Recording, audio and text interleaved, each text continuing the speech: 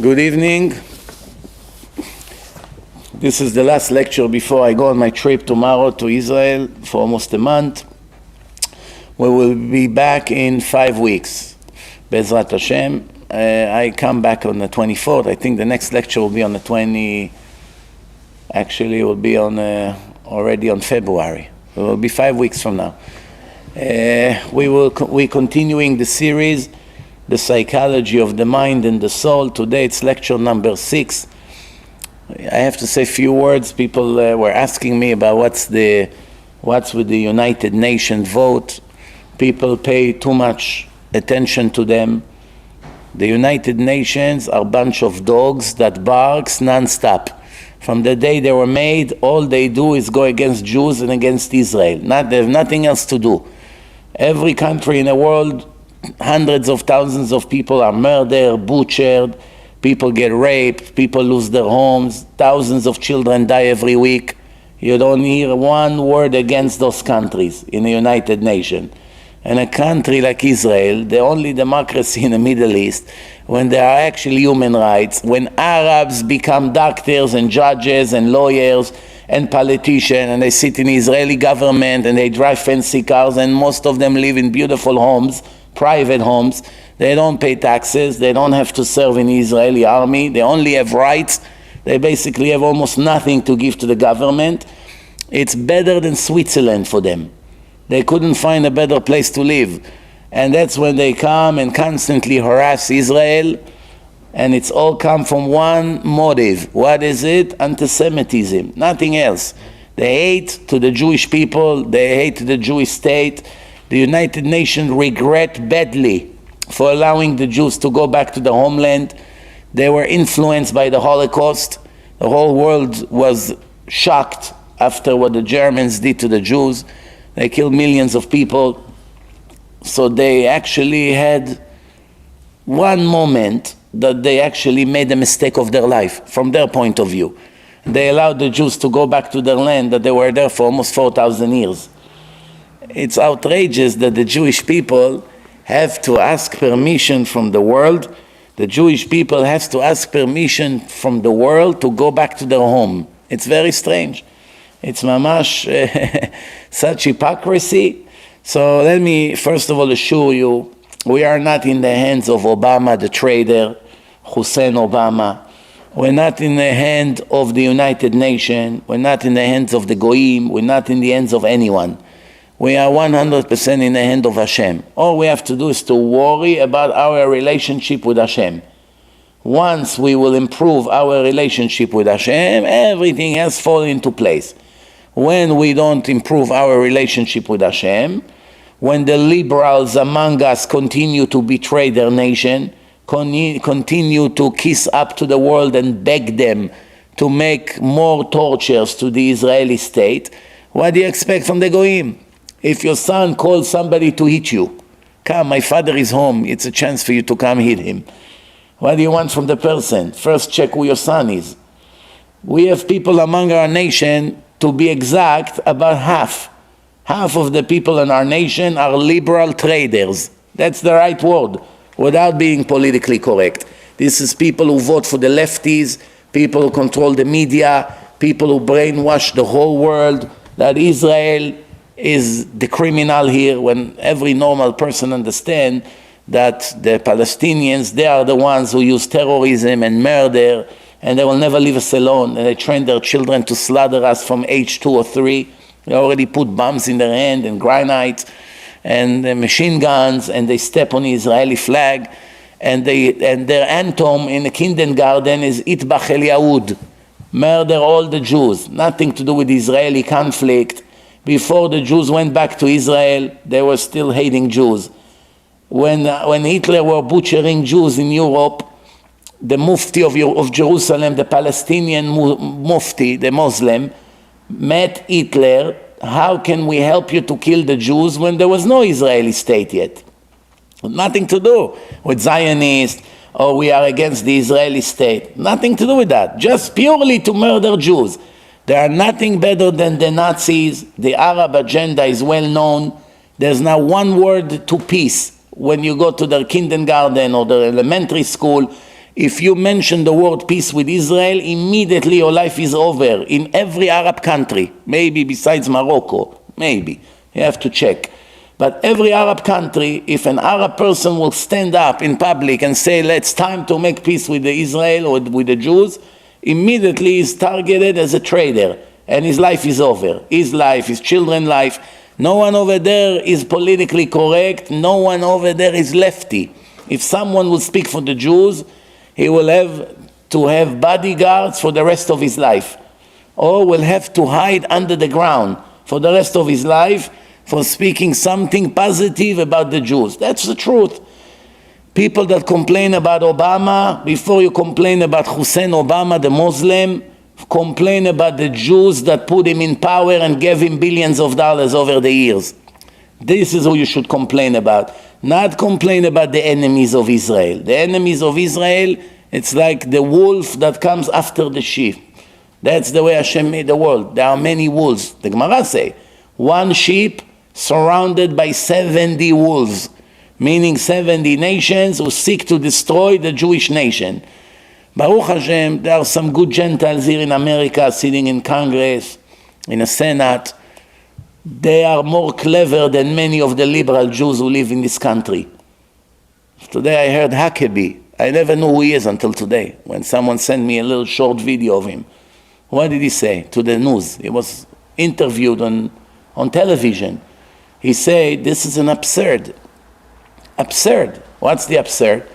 The Jews have to apologize for living in the land that the God of Abraham, Isaac, and Jacob gave them? And Judea and Samaria, they need permission to build more buildings and homes for their people that don't have a place to live? When 99.8% of the Middle East is in Arab hands, when there was no Palestinian nation ever until 1964, there was no such thing. All of a sudden there's a Palestinian nation, bunch of Arabs from different countries, and the world cooperate with this scam and this crime. We don't have to be worried about them. We see 100% this is against logic. When you see that hundreds of hypocrite liars gather together, they all know the truth, they all know there were never anything like that called Palestinians, and they all put a show, they all cover for the crimes of the Arabs. Everyone automatically is always against Israel. You see right now that it's not even them, it's not rational, it cannot be. It's 100% the hand of Hashem. And Hashem is doing it to us because it's written in Parashat Bechukotai, if you're not going to listen to me, if you're not going to follow my Torah and my instructions, the nation that lives among you would rise higher and higher, and you will sink lower and lower. You will shrink into your land. You would lose pieces of land. You will never have rest. They will torture you. They will run after you. They stab you with a sword. You will not have a day. You will not have a night. Before you digest the tragedy of the morning, already a tragedy comes in the evening. That's what the Torah says. And this is exactly what's happening today in Israel and in some other parts of the world where Jews live. It's not going to be any better. It's only going to be better if the Jews will wake up and stop being naive and stop dreaming about all kinds of fantasies about peace with the children of Ishmael. It will never, ever happen. Never. Even if you tell them, take Israel, take everything. Take the army, take the planes, take the banks, take all the thousands of buildings, tens of thousands of buildings, take everything. Just let us live here. You'll be the government. In less than a week, every Jew in Israel will be slaughtered. Even if the Jews will say, give us a month to leave Israel. Here, take everything. We'll move to Arizona, to the desert. Maybe Donald Trump will build to us some Trump towers over there. So we live over there, courtesy of United States. What do you think will happen? They'll take over Israel and move to Arizona to slaughter us over there. Every place the Jews lived, always Arabs came to surround them, everywhere. Toronto, Montreal, New York, LA, everywhere you go, right the way they come. Why? Who do you think sends them?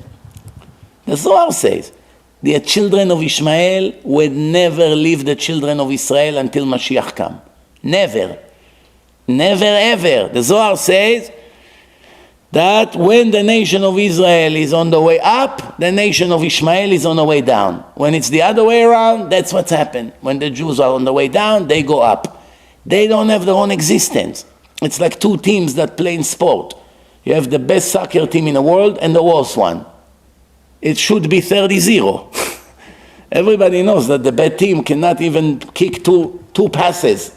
So there's not one person in the world that thinks that the bad team will win, unless the good team will sit on the floor and not play. 11 players will sit on the grass. What will be the score? 30-0 to the losers. Why? Because the good team did not want to play. This is exactly what's happening here. The Arab have no say. The world have no say. It's all in the hand of the Jews. If the Jews make peace with Hashem, all the enemies of Israel collapse and get destroyed one by one. If the Jews go against Hashem, every loser enemy who has no value become a king. It's all written in the Bible. It's written. I did not write it down. It's in the words of the prophets. The Talmud is full of examples. The Zohar say, Oy, to the nation of Israel, to the day that Ishmael, the son of Abraham from Hagar, agreed to be circumcised. That moment, the decree was that the Arabs would sit like a pin in the neck inside the Holy Land and will torture the children of Sarah and Abraham until the end of days. This was written 2,000 years ago in the Zohar when the Arabs had nothing whatsoever. They didn't have countries, they didn't have kingdoms, they didn't have all the industrial, commercial oil, they didn't have refineries that were made by Americans and Russians, they didn't have all this. Maybe more Americans than Russians. They didn't have any of the power that they have today. There were a bunch of Arabs on camels in the middle of the desert living in tents. And the Zohar already told you 2,000 years ago, we will cry to the day that Ishmael were circumcised by Abraham. That these children of Ishmael, the wild beast that the Torah described, will torture the children of Abraham from Sarah until the end of days. But when Mashiach comes, they're going to get 100% what they deserve. They and the children of Esav, all the anti-Semite, hypocrite Europeans, everyone will get exactly what they deserve. And all the good Gentiles, the Gentiles that are pro-Israel, that are pro the Jews, and they're not afraid to say the truth against these monster murderers, they will have such salvation. They don't have any idea, these Gentiles, how much they're earning every time they speak for the nation and the children of God. They don't know yet. Could be that some of these Gentiles are wicked. Maybe they make all kinds of sex crimes, maybe they steal, maybe they do a lot of bad things between them and God as Gentiles. What will save them is being the lawyers and the defenders of the children of God. Because the Torah say, Mevarchecha, Avarech umekalelecha aor. Those goyim that will curse you, I will curse them. And those who will bless you, needless to say, will protect you physically, I will bless them. Meaning automatically, if you want God to love you as a Gentile, if you're clever, you have to give your life for the Jewish nation. Only speak positive about them. Always help them. Just like Trump doing, and Gingrich, and all these people that sit here in a government. Many of them are lovers of Israel. They always speak without being afraid. Remember, they're risking their life. Arabs are murdering people all the time. If you say something they don't like, they come and kill you the next day. These people know, they're aware of the danger, but they still say the truth, even if they are corrupted. Even they do all other bad things in politics. I don't know what they do or don't do. Even if what will save them in a time that they need to be saved will be for standing up in front of this hypocrite world and saying the truth. That's it. You have to know this. Of course, many of these Gentiles, when they hear what I say, those who are the enemies of Israel, nothing is going to change. Obama is not going to change his skin. Nothing is ever going to be changed with this guy. I've been warning from him already 8 years ago, the day he was elected.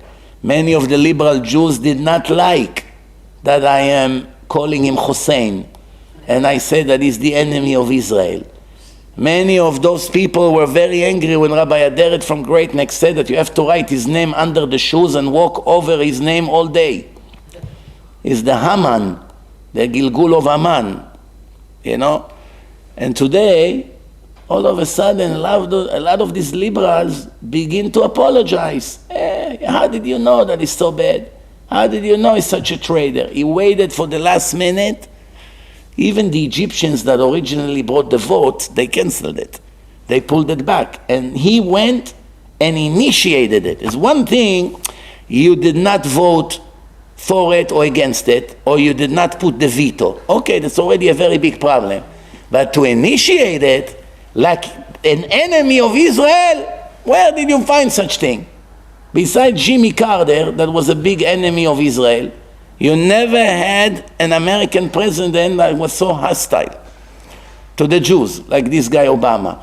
But the difference between Carter and Obama, Carter was too obvious that he's an anti-Semite Nazi. And Obama is double-faced. Happy Hanukkah to the Jews. It's my 8th Hanukkah in the White House. And 2 hours later, going to destroy the state of Israel and the Jews in the Holy Land.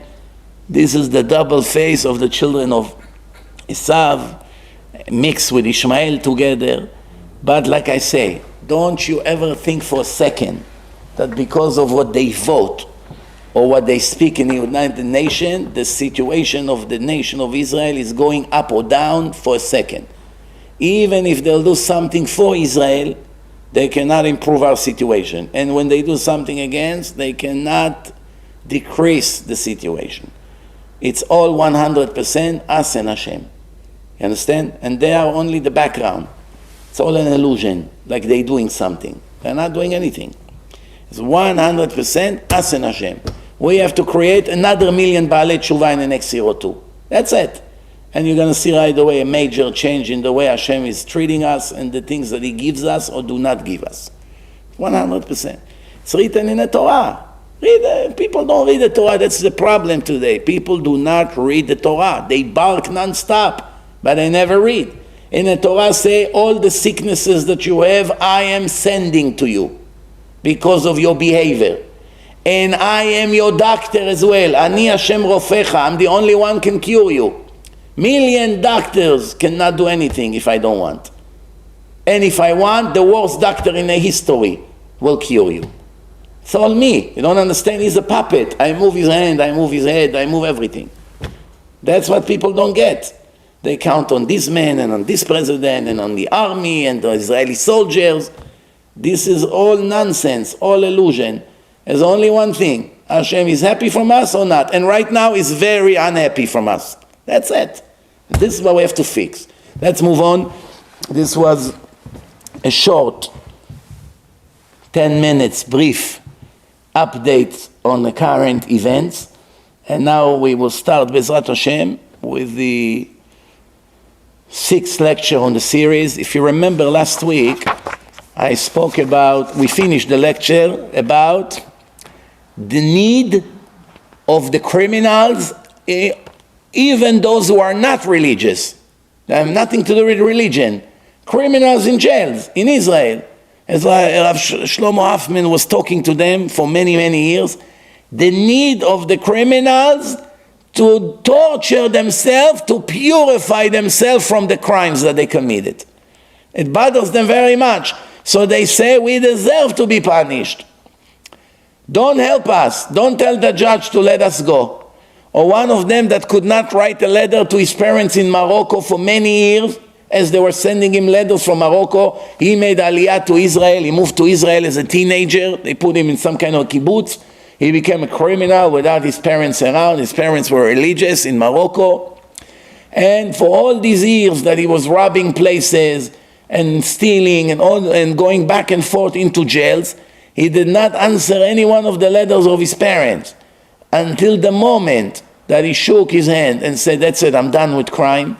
I accept on myself to stop with this. This time I go out of jail and I'm done. I'm not coming back here. That second, he asked him to give him a piece of a paper and a pen, and he started to write a letter to his parents in Morocco. And when he asked him, why are you doing it now? Why it's so urgent?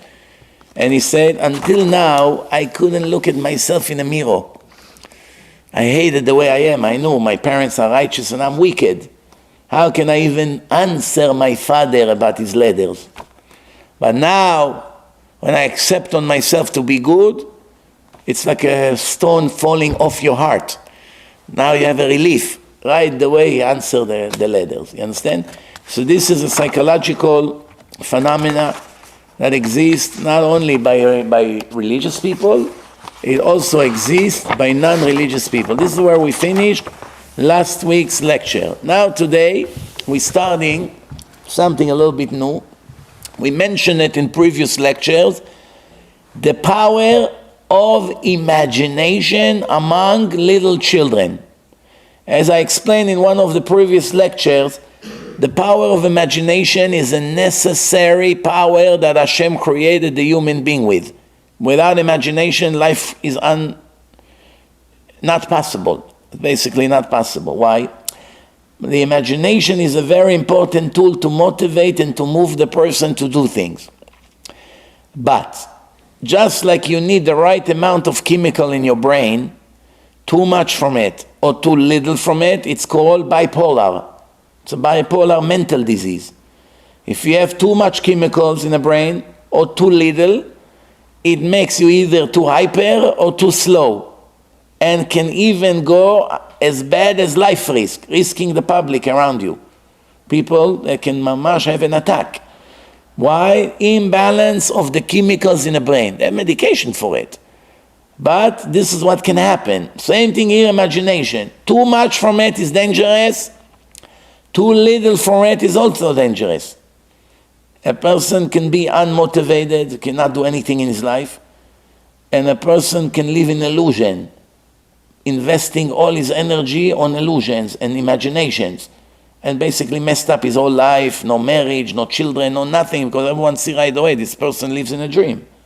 And I met in my life hundreds of people like this, that it took 5 minutes to see that this person is hallucinating, he lives in a bubble, he does not connect his life to the reality of the world. He lives in a, like they say, HolyLand, you know? Live in a different planet. It's a joke in Israel. When people live in their own planet, in Israel they call them astronaut, meaning astronaut. So one primitive parent came to the parents' conference, and the teacher said to him, Mr. Cohen, your son is an astronaut. Your son is flying in space. So he say, oh, Baruch Hashem, all his life he had a dream to be an astronaut. All his life. In other words, there are people like that. Their feet are not on the ground. They're not on the ground. They see something, right the way for them, it's a done deal. Don't worry, Rabbi, you see, I'm going to do this, I'm going to buy the building, I'm going to do that, I'm going to do that. They already right away became Donald Trump in 2 minutes. What he did in 40 years, he finished in 3 seconds. You already see the buildings and the bridges that he's going to bring. And so exactly what is your first step? Who are you going to talk about funding? You have credit? Do you ever did something like this in your life? Do you know any real estate? Of course not. But he's already living in his own world. There are people like that. Then there are people who are too realistic. They don't let the power of imagination work even a bit. Everything by them is pessimistic and too realistic, and they never ever trust Hashem or have faith to ever do something. By little children, it's a different story than adults. By the adults, it's different. By the children, they all have high level of imagination. I'll give you an example. Many times you can hear children speaking between themselves. Sometimes it looks to adults that listen that they just really big liars, these kids. Look at this liar. He's this and he's that and his father is like that. The whole conversation that they talk between them, the kids. My father is Donald Trump, brother. My father is Tarzan. We came from Africa. We have a monkey in a house, in a cage. His name is Cheetah. My father was killing all the bad people in the jungle. And he say, my father he became the President of the United States. We're going to go now and fight all the terrorists. My father is a very strong man. 2 kids in a kindergarten. And someone that listens to the conversation, he says, what kind of crooks these kids are? From such a young age, they're already such liars. And the truth is that none of these kids are liars. They actually believe it. They live in their own world of imaginations. They hear things, they hear the parents talk, they hear the teacher talks, they hear all kinds of things like that. And as results of that, they actually believe that they are a part of that story. 100%. Or if they watch cartoons, he really believes he's Popeye. He really believes he's Superman. You see, he's going like that, and he's about to jump from the terrace. Why would he jump from the terrace? Because he really thinks he's Superman. The next day you found out he died. Why? He jumped from the terrace. It wasn't a lie. It was really in his mind. 100%. So children usually up to 4 years old, almost everything by them is imaginations. That's why we got to be careful not to start telling them liars, you're crazy, what you're saying. Let them just grow up naturally. Rav Dessler Zatzal, in his book Michtav Mi'Eliyahu, chapter 1, he's speaking a lot about this phenomena. He says when a person is born alone. You are one individual, you come to the world. The baby, once he's born, is egocentric that see the reality based on his own will and wishes. He designed what he wants to see. It's very interesting. And based on that, the reality looks real for him. The kid does not understand that there's a whole different world out there with rules, and it's different than his imaginations. The kid is under the impression that everyone around him were made to service him. Everyone around me, I'm the king, and they all have to serve me, starting, of course, with his own mother, that she is very close to him. Therefore, he will wake her up anytime, he doesn't care. He needs her now, he's going to wake her up. He doesn't have the mind to think, it's not fair, I'm waking up my mother. There's no such thing, my mommy is tired, she wants to sleep. By him, she's a servant, you are only here to serve me. You don't deserve to end your own life. They don't understand that. He doesn't understand that the mother have her own life and reality. Only once he become 4 years old and older, he begin to understand that his mother is also a human being with her own life, that not always comply with his will and his desires. We, the adults, we don't have any idea to understand how much goes through the mind of the kid and what kind of suffering your kid is going to have when he goes to the kindergarten for the first time. Until now, he was a prince in a house with lots of toys. Everyone services him. Everyone is his servant, the mother, the maid, everyone. And now you put him with another 30 kids in kindergarten, and he has to share a pair of bicycles between him and 30 other kids. And everyone grab it, and everyone has to take it. This is mamash like putting him in a war. In a war. For survival. And he has to fight with them who's going to get the ball, and who's going to get the bike, and who's going to get the crayons. All these things that they have in kindergarten between the kids. He has serious battles, and it's a big torture for him. Because he's a sharp turn from being a prince in a house than to being one that is basically nothing, 1 out of 30. And now you don't get all the attention. You have to share it with 29 other kids. Until he realized that the world exists with or without him. There's a world out there. You're not the center of the world. Rav Dessler say, sometimes we see a kid giving in to another kid about a ball. They're fighting who's going to get the ball. Then he gives it to him. What happened? What happened in the mind of the kid that he allowed the other kid to take the ball? What is the reason? What do you think? Why do you think he allowed the other kid, an adult, if he's righteous, and he fights with another person on a chair? There's only one chair and 2 people standing. And they both come to grab the chair. A righteous one will say to the other one, no problem, you can go. A wicked one will run faster to grab it before the other one will get it. Whether he's old, young, he doesn't even care. And the righteous one understands, as much as I want to sit now and I don't want to stand an hour in a lecture and break my back and knees, but Hashem is watching, and I'm not going to be a pig. And if this person is older and is going to suffer more than me, let me give him the priority. But the kids is not working like that. 4-year-old kid doesn't understand that Hashem is watching, and I better be a tzaddik and let the other kid use the ball first. So why would he give in? Why would he let him take the ball? Who knows? But he let's go. He gives it to him. And they fight. Right away he gives up. If he wants, he can really grab it. Sometimes even stronger than him. He can really take it. Why would a kid allow him to take the ball first? The answer, not because there is life to other people and they deserve just as much as me. No. It's worth it for me to let go, because on the next time he would let me go. So I'm sacrificing now that tomorrow I will play with the ball. It's obvious in their mind. Now I'm letting you take it. Tomorrow you don't argue with me. Don't want every day to have the struggle. How come it's not obvious to us? How come it's not obvious to adults? To adults? First of all, it does happen. How many times you tell someone, okay, you take it today, I'll use it tomorrow. No problem. It happens also. But by kids, that's the only option. There's no such thing, let me be a tzaddik. I let him use it because Hashem said to be Baal Chesed and to share, and not to be greedy, and not to be selfish. And if you give in, Hashem likes you even more. You're not So obviously the kids they're not in a level to think like that.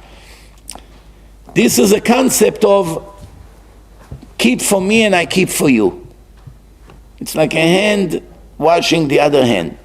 It's a hard and cruel and long process until the kid is transferred from a world of only receiving, egocentric world, into a world that he has to share and to give and to service other. And that his will is not the only thing in the world. It starts between 3 and 4 years old. Even if you try to see by age 2, 2.5, it's not going to be. Only 3 and up. 3, 3.5, 4. That's the ages that the kids begin to understand that. If we would come with our brain and analyze what are the abilities that we have. You want to write on a piece of paper your abilities.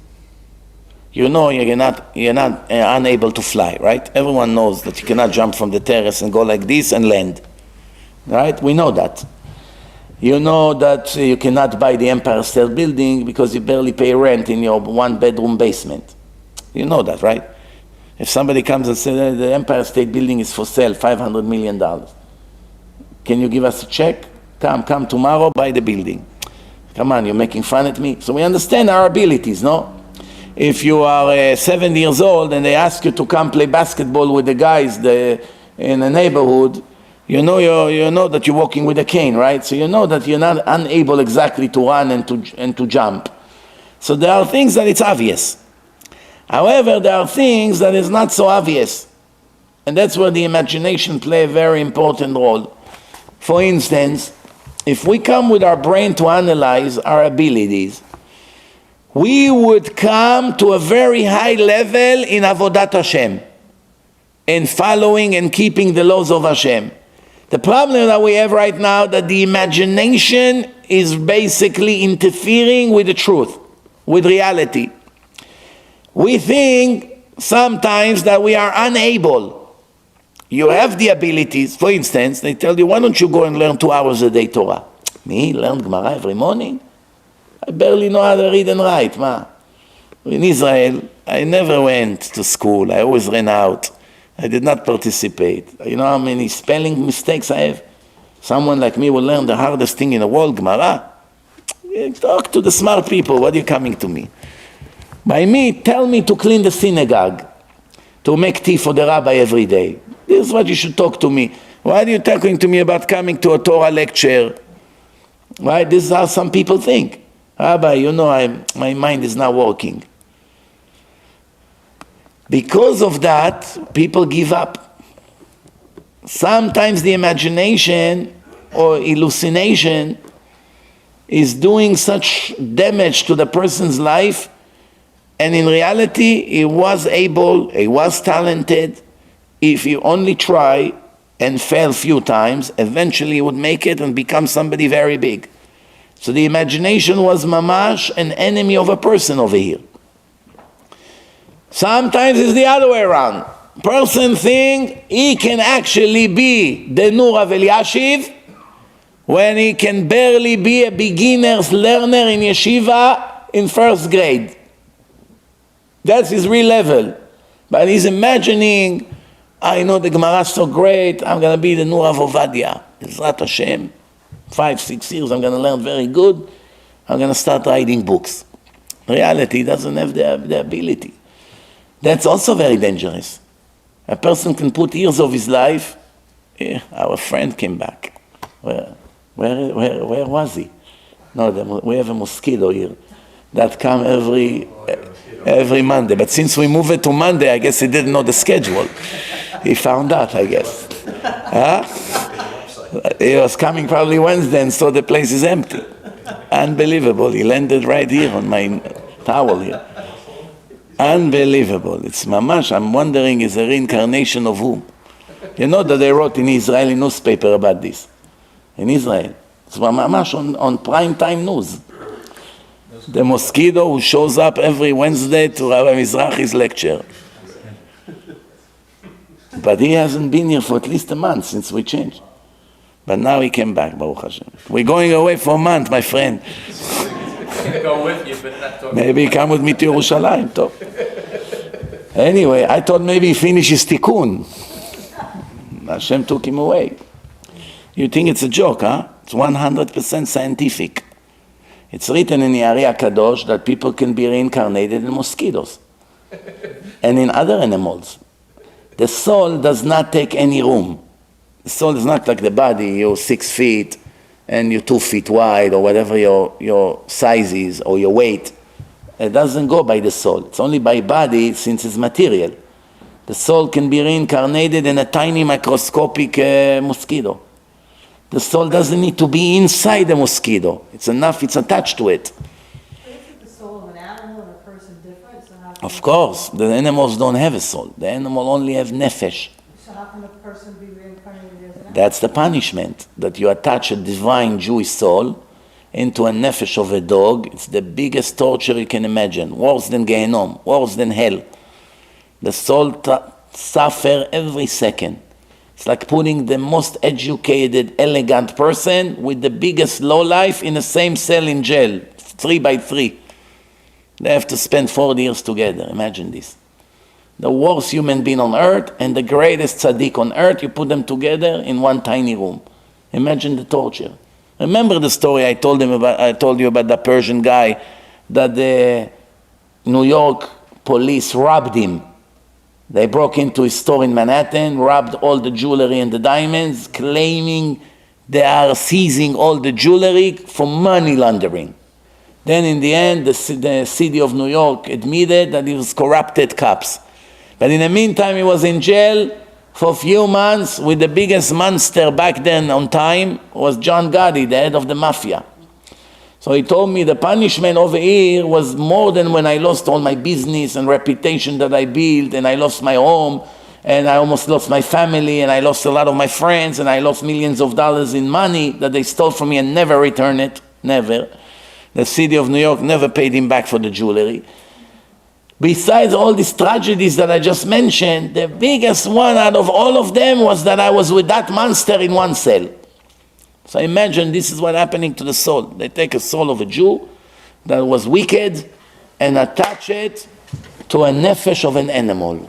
It's a spiritual torture, not physical. Some people think, maybe I get lucky, I'll be a dog of a rich queen, or maybe the cat of Michael Jackson, I'll get $20 million inheritance, I'm going to play in a roller coaster over there in an amusement park that they made for the dog, Maybe I'm going to have a servant with a bow tie taking me to the park every day to play with the females over there. No? Life of some of the dogs is much better than many of the people I know.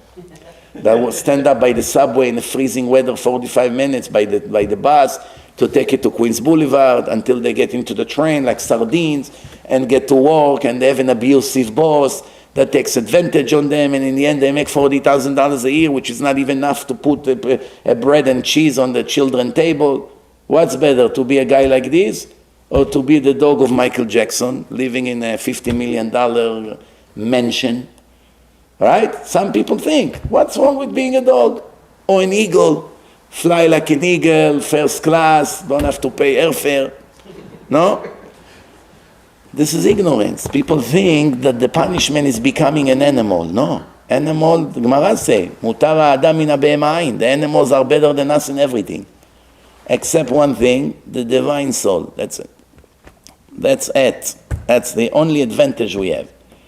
And that divine soul is going to be judged when we die. What kind of advantage it is to be judged? Because unlike the judgment in a court here in America or in everywhere else in the world, when you can only lose or become not guilty, that's it. The maximum you can get is just stay what you are. They found you not guilty, and that's it. They don't put you in jail or they don't take away your home. But you can also be guilty. But here in a trial of Hashem, you can either become guilty or you can win the lottery. If they find you righteous, in the same trial, they give you a huge gift. So it works both ways. Since it's 100% in your hand and you can earn it, if you only do the right thing, no one can stop you. It's a guaranteed things to happen. All you have to do is to fight your evil inclination and your animal desires. Once you fight them, you become a righteous person. And then you are guaranteed to earn eternity of pleasure. Guarantee. That's why it's an advantage. In a court over here, you don't even know. You may be innocent and they still find you guilty. You know? And they can mess up your life. Worse comes to worse, they tell you, sir, we find you not guilty, goodbye. In the meantime, your reputation is ruined. You paid $300,000 for the lawyers. Nobody will reimburse you for that. Nobody wants you. Sometimes you already got divorced. Your children stay away from you. Now they're embarrassed to admit that they were wrong.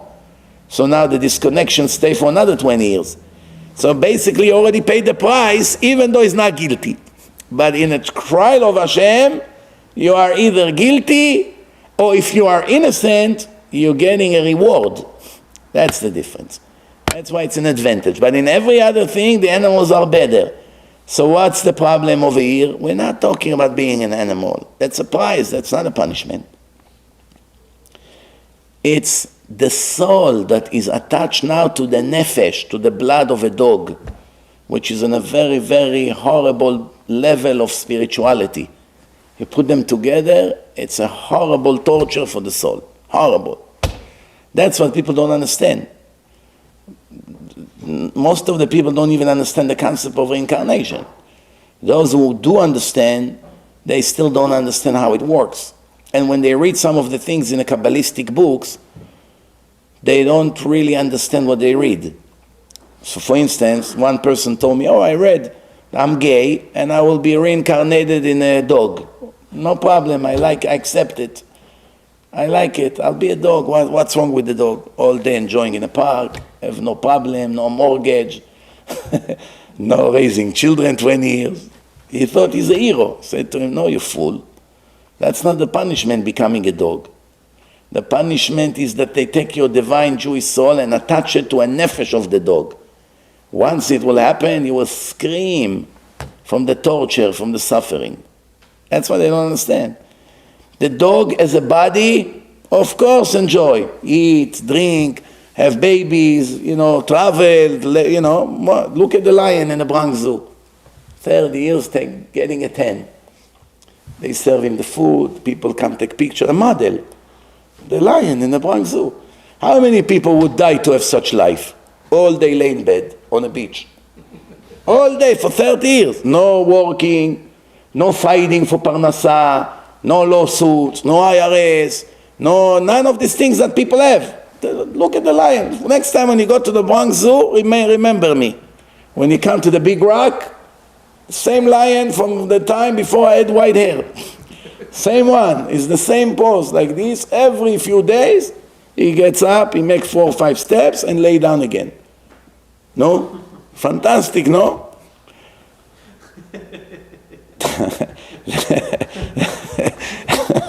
The people don't get the point. Tov, let's move on. So we have here, the imagination can either ruin our life by making us give up. There's no chance for you. You don't have the talent to do it, and you actually do have. Or the other way around. Yes, go for it. You're a genius. You're minimum Rav Ovadia. You're going to be better than him, don't worry. And then you develop high expectation. And in the end, when you become just another student, you are mentally destroyed. Destroyed. Why?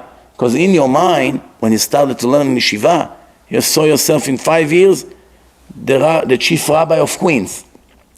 And another 5 years, the chief rabbi of New York.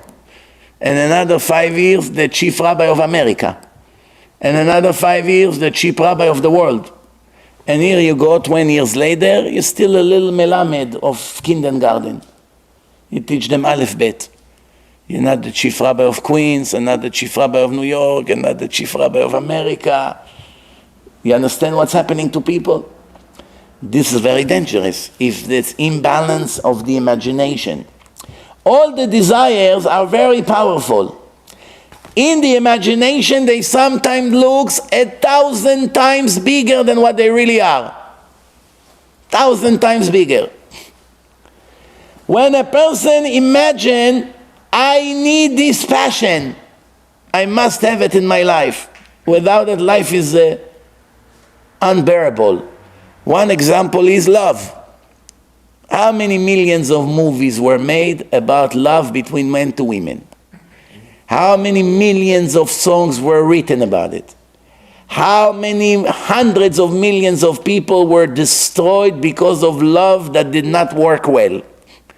How many people lost everything they built in 40 years for 1 month of love with the wrong person and the imagination and what they planned that's going to happen, and in the end they got a knife to the heart and another one in the back, and left 40 years of efforts behind them for imagination that in the end explode in their face. How many hundreds of millions like this? Unbelievable. It was all an imagination, illusion. But person can definitely do well without it. All he had to do is to be strong for an hour. The desire would pass and your life got saved. You did not, and now you messed up. That's what's happening. 100%. What's the difference between machalat nefesh and afra'a nafshit? Translation: machalat nefesh, mental disease. Afra'a nafshit, mental disorder. Who can tell me here? Maybe there's some psychologist in the audience. Who can tell me, who can define exactly what's the difference between mental disease and a mental disorder? Anyone knows? I'm sure you heard that more than once in your life, no? All the bombastic professors and psychologists and psychiatrists, they use this a lot. You hear it on the news, you hear it on courts, you hear it in movies, you hear it everywhere. Most people don't know what's the difference. Anyone here knows? The ability to control. To control the phenomena? Mental disease and mental disorder. So you say one of them is easier to control? One has a cause, one does not. One has a cause, one doesn't. There's not one thing in the whole world that doesn't have a cause. Everything has a cause. Everything. Nothing is caused by itself. One you're born with and one you're just about after. So he say, one you are born with and one you develop over the years. You agree or no? How many people became mentally sick, mental disease, when they got to a certain age? For instance, it's very common by people that never got married, especially by women. If they get to a certain age, 55, 60, and they're alone, between four walls, they begin to talk to themselves, collect all kinds of garbage from the street. You come to the house, they don't take showers. It's unbelievable. And then you look at this woman, and I know a few cases like this in Israel, and the people say when she was young, she was the most beautiful woman in Tel Aviv. All these famous people from the television were begging her to date her. She was with her nose all the way up here. She didn't want him, she didn't want him, she didn't want him. And in the end, she did not become younger. The years went by, and then when she stayed alone, her situation only got worse. So it's very possible that people develop mental disease, or perhaps it's mental disorder. Let's not waste time. Let's read to you what's the difference between the two. There are hundreds of mental disorders, hundreds of different ones. It's not easy to be a psychologist or a psychiatrist. It's really not easy. If you really, really learn the right way, it's a complicated job. Problem today, many of them give very bad advice. Very bad advice. Because they treat the symptoms, they don't treat the root of the problem. Plus they don't have the Torah with them. So they only say what their logic understand, or the professor in the university taught them, which is based on his logic, human logic. Who do you want to rely when it comes to your life? On human logic or on God's logic that made you, and he made your mind? And he actually created these mental disorders and diseases and the way people react to certain traumas. So who do you want? You want the real doctor to give you the right advice, or you want all kinds of people who learned few years in the university based on someone else who learned and someone who developed a theory? Usually it's all theories, and there's disagreements between many of those psychiatrists. And by the way, many of them commit suicide on their own. I don't know if you know. They're very good with committing suicide. And now we are depend on what they're going to direct us to do. How can we rely on this? You know? So the answer is, let's see. So there's hundreds of different mental disorders in the life of a human being. Many of them has no connection whatsoever to a mental disease. Not even a connection. Not that it's not the same. It's not, no connection whatsoever between this and that, even though it sounds similar. Mental disease is possible when there is an organic, biological thing in the body of the human being. Like I said before, imbalance of chemical in the brain of the human being create manic depression, bipolar. It's a mental disease. As long as the chemical in the brain are not functioning correctly, it will create always the same symptoms. That's a mental disease, nothing can do. It's a physical thing. The body changed physically. It was in one way and now it turned into another way. All of a sudden it happens for different reasons. So it's a biological, organic change in a human body. It depends on material in the body, chomarim, inside the body of a person, in a time of the First and the Second World War, when millions of people were dying, and the battle took place in thousands of kilometers range. They're fighting everywhere. They checked and they found that the percentage of mental diseases in the world, A, rise, B, stay the same, C, decline. Which one of the three is correct? Huh? We have everything here, A, B, and C. Who thinks that he went down? Two people think he went down?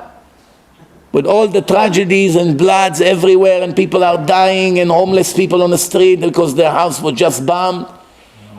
and people went to gas chambers and whatever you saw in a war, is it possible that the amount of mental diseases went down? Yes, Yeah. that's it. The Holocaust, after the Holocaust, disease was very... Wait. That's one possibility. Second possibility, did not rise and did not decline. And the third possibility, rised. Real problems stop the mental problems. Let me read. The answer is, they found and checked. They checked and found that the percentage of the mental diseases did not rise after the cruel world and millions of tragedies that millions of people experience. It doesn't say that it declined. You went a little bit too far, Mr. Kalish. I'm sorry. That's the imagination, you see? The imagination. Yeah. No, but sometimes the way the person asks the question, it leads you to a place he wants you. By the way, I asked the question right away, 3 people already say probably it's decline if he asks. But that's one way to trick the students. Zot omeret, what does it mean? There are situations that a person reacts with unnormative behaving, and he has disorders in his behaving. But it's not a mental disease. It's behavior that comes as a reaction to a situation that caused this reaction. Caused that reaction. For instance, a brand new baby came to the family. The one that until now was the youngest, 3 years old, is starting to make faces of a crazy kid. Like this, jumping, pretending that he's wounded, laying on the floor, he's dead. Why? Because he's suffering so much from the new star that stole his fame. So his body automatically reacts to it and begin to change and make all kinds of faces and strange behaving. Sometimes he doesn't eat. All kinds of things like this. That's a minor reaction. Some reactions are much more severe. For instance, sometimes it's after major anger. Someone got him fuming. And sometimes is because of major conflicts in his life. For instance, he grew up religious and he met Christine and fell in love with her. And she's the nicest person on earth, literally, an angel. Such behaving, she loves him so much, she's so pretty. She comes from a very educated family and she's gonna be the best woman he can have. But he knows God exists and he knows he gave the Jews Torah. And the boss of the world say, doesn't matter if she's righteous, wicked, doesn't matter anything. You're not allowed to marry her. Now he lives with a serious conflict in his heart. Do I go by what I think is right and what I enjoy to do? Or do I dedicate my will and my desires and my anxious desires and feelings to what God told me? That's a very serious conflict. People can go crazy because of that. What if she converted? She converted, that's a different story. Then she became Jewish. We're talking now when she's not converting. She goes to the church every day. You know? So what are you going to do? She believes that that's the word of God, no? She comes every day to the church. But she loves him very much. She loves Itzik. But Itzik has a conflict. Even though he's not the Lubavitcher Rebbe, but he still grew up religious. And he's unconscious. He knows that by getting married, my children will not be Jewish. Basically, I'm destroying myself. It's a conflict between his love and feelings and desires, which everyone wants to experience in his life. It's a normal desire that people have to love and to have someone who loves you. That's everyone that is normal has this need. Just like it's normal that you're hungry. You want food and water and drink and all kinds of things that you need, right? So the same thing, you need all these things. This is one of the things a person needs in his life. It's very healthy for him. But here you go, it's against the rules. Whether you understand the rules, whether you don't understand, it doesn't matter. So major conflict or changes in the atmosphere around him. Changes, things that happen around, in a company where he works, with his family, in a town that he lives, maybe it was all destroyed, all kinds of things that can right away trigger a mental issue. But it's not a mental disease. This is a mental disorder. It could be temporary, it could be very long also. We need to know, to diagnose, when is the behavior is as a result of a sickness and when it's a result of reaction. Do you understand now the difference? There is a sickness and there is a reaction. Not all people react the same. One person will see a bomb fall on someone's head in front of him and will have a trauma for the rest of his life.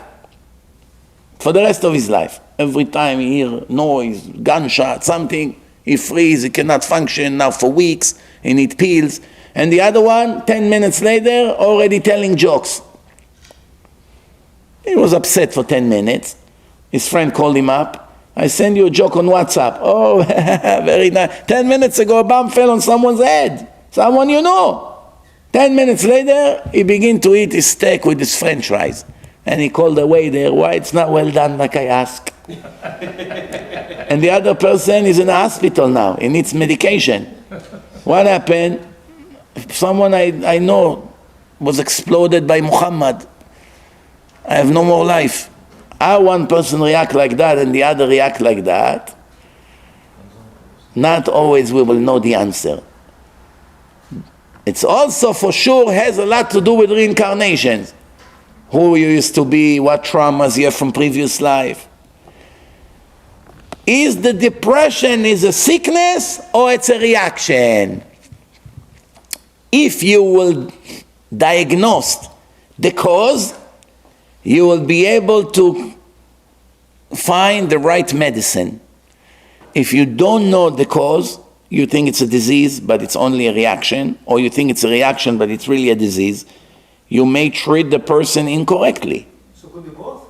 Depression could be both? Depression can be both, of course. Depression can be results of reaction to something that happened. He lost a lot of money.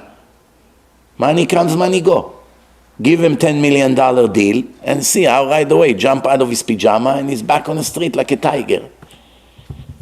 Meaning it was a reaction for losing a lot of money in a business. If his father come and say, Itzik, why are you in bed already a month? Dad, I lost $3 million in the stock market. I don't want to even go to work anymore. Don't worry, son. Come, let me help you out. Let's meet. Okay, listen, I'm going to buy you this hotel. You're really going to buy me that hotel? Yes, don't worry about it. You're going to make $100,000 net every month. I buy it for you. You run it? Yes, of course. Immediately he comes out of depression.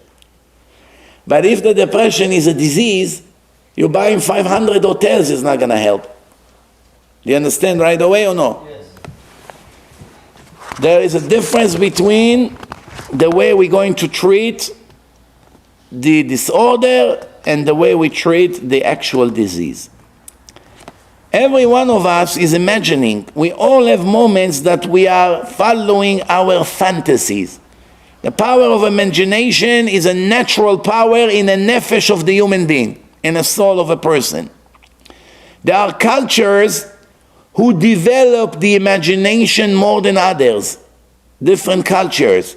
For instance, one person can imagine that his father is the smartest person in the world, or the most successful person in the world, but it's not a situation of a mental disease, because he's not actually twisting the imagination, the reality.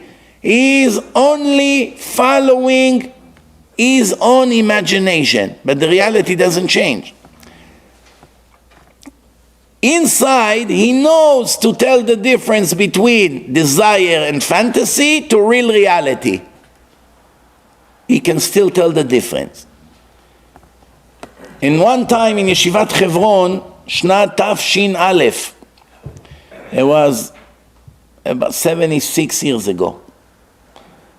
One of the students told me, in a moment of opening his heart, I'm going to be the new Rabbi Akiva Iger of the generation, like the Gaon Mivilna. I'm going to be the new Rabbi Akiva Iger of this generation. Many of the students has this feeling from time to time that they are going to become the new Gaon Mivilna, or like I said before, the new Rav Ovadia or whatever. But shortly after, they come back to reality. It comes and goes. He thinks he's going to be the best guitar player in the world, and after a few months, when he barely learned one song, listen, I'm not going to be the best guitar player in the world. You understand? Let's give a few more examples. From what age we can diagnose a mental disease by the human being? What's the minimum age that before that you cannot actually diagnose it? Who knows? 12? The answer, 20. Age 20. There is no possibility to diagnose clearly mental disease before age 20. Because until age 20, the imagination is acting very strong upon the human being. And his personality is not mature enough. And his brain is not strong enough. This is turbulence and desires that are rising, very, very powerful desires and imaginations that it's impossible to diagnose, thank you, if it's a mental disease or just coming and going imaginations. It's very possible that it's an imitation of behaving that he absorbed from somewhere else. Or maybe it's an explosion of eternal pressure. That it's also not a mental disease. Before age 20, you cannot detect if it's a mental disease and which one. But after that, you begin to see clearly. The Khatam Sofer, he lived about 250 years ago. He was the chief rabbi of Hungary. Very, very genius Chacham and very holy. Him, his son, his whole family. He wrote in his Halacha book, in Yoreh De'ah, Siman Shin Chaf Vav, that's the source. Provision 336. In Yoreh De'ah, it's on the Shulchan Aruch. Shulchan Aruch is divided to 4 categories. One of them is called Yoreh De'ah. And chapter 336, right there, this is what he writes. What is the definition of shoteh? Shin Vav Tet Hey. In Hebrew, everybody knows what shoteh is. A fool. A fool. Al tiyeh shoteh. It's a high-class language. It comes from the Gemara. The Gemara says, Cheresh, shoteh vekatan. Someone that is deaf and mute, never heard voice, is unable to speak, is disconnected from the world. Little kid, 4 years old. And someone that is retarded, meaning shoteh, which we have to explain what it means soon. Those 3, if you give them a torch, and they went and fired some straw or barn of someone, who is responsible? The one that gave them the torch. They're not responsible for their action. Therefore, if you take a little kid and you give him a torch in a place where there is so many straws around, it's very possible it will even fall from his hand and he doesn't care, and he's going to burn the whole place with him together. Everybody understand that, right? A judge will not blame the kid or the deaf and the mute person who are disconnected from the world and never learn to communicate. Or someone that is retarded, which we're going to explain what it means. What is the point of blaming them or punishing them? They definitely won't get any punishment, no matter how big is the damage they made. The one behind them is fully responsible. You understand? The question is, what does it mean a fool? Everyone can claim I'm insane. Insanity. Today in a court in America and in Israel and in some other civilized country, they have a definition that it's called temporary insanity. I was insane for 3 hours, that's why I murdered my partner, and now I'm back to normal. Let me go. Of course, it's a little bit deeper than that, but that's the idea here. Claim temporary insanity. I give you an example. If a person saw an Arab stab his parents, lo alenu, mamash, with a knife, and then he went crazy and he took a machine gun and ran into a mosque and started shooting at 50 different people and killed them. Wouldn't that be similar to like revenge? Is this something that he was responsible for or no? Or you can come to court and say, the trauma that I just saw, how my parents getting murdered in front of me in such a horrible way, made me lose my mind. I don't even remember that I did it. You can check me in a lie detector machine. And it's gonna in a lie detector, he will answer everything correctly, and he thinks that he did not do anything. That's a typical temporary insanity. Or when you torture a person so much that he loses his mind for X amount of time until the torture stops. Once the torture stops, eventually it goes back to normal, slowly. It's very difficult to define what is the level of insanity that a person will be dismissed for his actions, and when is the person considered to be cured that is out of that territory. It's very difficult. It's a matter of opinions. It depends which psychiatrist you bring. You bring Mr. Cohen and you bring Mr. Levy. One will say, according to my knowledge and experience, he was not insane enough to be not guilty. And the other one would say, absolutely, he was insane. It would be a crime to put him in jail. How do you measure? Very hard to measure, very hard. That's one of the hardest things in trials. That you have to follow the opinion of the expert psychiatrist and psychologist and therapist and all these people who deal with the nefesh. Very difficult. Do you know how many innocent people sit in jail? And how many criminals were released based on the wrong opinion of the wrong professional, of the professionals that came to represent the prosecution or the defense in a trial? It's not an exact science, that's the problem here. It's not math. Math, 2 + 2 is 4, and it's not more than 5.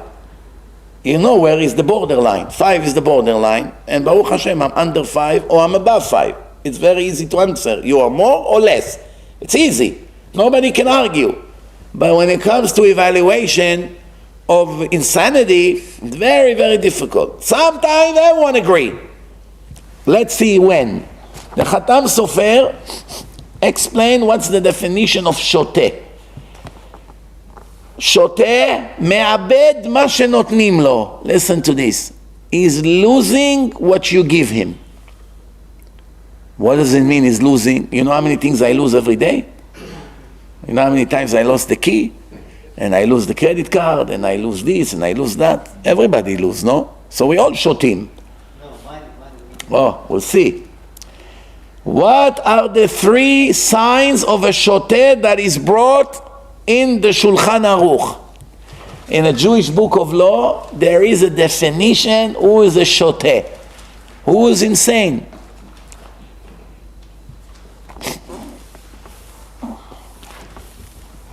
There was actually a trial in a Beit Din of the Khatam Sofer. There was one groom that accepted money from his in-laws for years. For in-laws, the in-laws were supporting him, his wife's parents, and always invested the money in all kinds of bad investment and always lost. This stock, that one, this merchandise. No matter what, he always lose the money. The parents say, they came to the Khatam Sofer, they say, tell him to give a get to our daughter This guy is a fool, he's a shoteh that the Talmud spoke about, and we cannot have her stay with such a fool. The parents of the groom, they say, as much as he's dumb, meaning they admit that he's dumb, but if he's a shoteh like you claim, shoteh cannot give a divorce for a woman. She's stuck with him for life. They didn't know that, I guess, the parents of the girl. If you are right, and our son is a shoite, like they say in Yiddish, shoite, that means your daughter will die single. She will never get a get. Why? A shoteh is not responsible to give a get. His mind doesn't work. Did he become shoteh before marriage or After. It was before, then the whole marriage is cancelled. If it was shoteh before the marriage never took place. It's mekach ta'ut. You understand? Now, Right, even though they haven't ate him, even though the Adam is there to witness the Edim doesn't evaluate his mental state. The Edim just see that he puts the ring on her finger and sign that it really happened. rabbi then, no? No, or do you know one rabbi who come to do a wedding and he investigate if the chatan is normal or not? What does he care? He come, he does the ketubah, get his check and leaves. Not everyone get a check. Some people do it for the mitzvah only. The Khatam Sofer investigated the husband. How did he invest all the money that his in-laws gave him? And how come he always lose it again and again and again? Now one time he made money, right? It looks very suspicious. And he decided that he's perfectly healthy. He's not a great businessman. He's not Warren Buffett, let's put it that way. But he's not in a definition of me'abed ma shenotnim lo. It's not someone who loses what he gets. Why? Someone that loses what he gets is after he lost it, he doesn't see anything wrong. Like the kids, that their father give them, let's say, $50, 10 bills of 5, and they stand in the neighborhood, give me, Moshe, give me money. give him five, and very happy. Everyone went, they bought ice cream, and he stand like a fool in the neighborhood, and he doesn't understand that he had money, and now he has nothing, and he gave it to strangers. If someone took it from him, and then he cries, give it back, then he's not a fool. Maybe he's naive, maybe he's not the smartest in the world, yes, but you cannot call him shoteh, because he cries, he wants it back, give it back. But someone that his brain is damaged, and you're going to take from him, does he understand what? When I was a kid, there was one person in the city where I grew up, poor guy, maybe in his late 20s, that he used to come with all kinds of bags all the time. He was a typical shoite. Whatever we wanted from him, he would give us. Let's get food, give us. People took, and he never did anything about it. Whatever they told him to do, he would do. Because it wasn't normal. That's a shoteh. I can take advantage on him in a minute. After he lost, he may even think he made. That he earned actually money. But someone who knows he lost, but he keep losing, that doesn't mean he's purposely losing, or when he lost his investment. Someone that knows that it was a loss is healthy. Therefore, this groom is not shoite, and they cannot have any claim against him. the wife did not recognize him? The wife who is with this man, she does not know? Now you're asking how the wife didn't know. I tell you what. Today, Baruch Hashem, people investigate a lot. After such investigation, they don't find all the truth. How many people find out a month after the wedding that the guy or the girl had psychiatric history? Do you know how difficult it is to detect it? If the people that you speak to are not honest, you speak to the neighbor, you speak to the Rebbe of the boy, you speak to people that some of them perhaps knew, they had a wishful thinking. They were hoping that he's cured now, that he will not come back. and they hid that part from you. They actually called in the Torah almost murderers. It's called lo ta'amod al dam recha. You let the blood of your friend spill and you do nothing about it. If you see a person now had an accident, a Jew is laying on the street and he's bleeding from his head, and he screams to you, call 911. And you look at him and say, wow, you used to be a handsome guy. Call 911, you fool, I'm dying. Wow, look what happened to your head, it's so swollen. Wow, so much blood coming out until he dies. Someone like that, what is he? A murderer, ma. Maybe we cannot execute him, maybe we cannot put him in jail for life. Definitely we don't let him go, right? One thing for sure, to get married, he won't get married. You know what, I take it back. I see bigger fools than that getting married. Yes. To get married is not who you are, it's what Hashem wants. The murderer of Yitzhak Rabin, Yigal Amir, is locked in a small cell, totally disconnected from the world, no news, no television, no nothing, no computer. He was isolated. He's the most hated person in Israel. So many lefties and liberals hate him, and even righties hate him. They killed the Prime Minister Rabin. What is this? A murderer. And he got married to a beautiful woman and have a kid. How can you get married if you're locked in a box? How many of you run from one day to another and from one shidduch institution to another for years and don't find shidduch? Going to this event and this Rav and this Rebbetzin, try everywhere to find shidduch, don't get married. Person is isolated in a box. The media made him minimum Adolf Eichmann. They brainwashed the public in massive propaganda. So the chance that someone like that will get married was below zero. And guess what? Hashem sent him the shidduch into the jail. Hi, my name is such and such. I want to be your wife. And a religious woman. And they were together. And she became pregnant. And he has a boy. Maybe even more than one. I don't know. Unbelievable. Why? Hashem wanted him to get married. That's what Hashem wants. When Hashem wants, you can be on the moon. He'll send you your kala. Don't worry about it. She will come to there.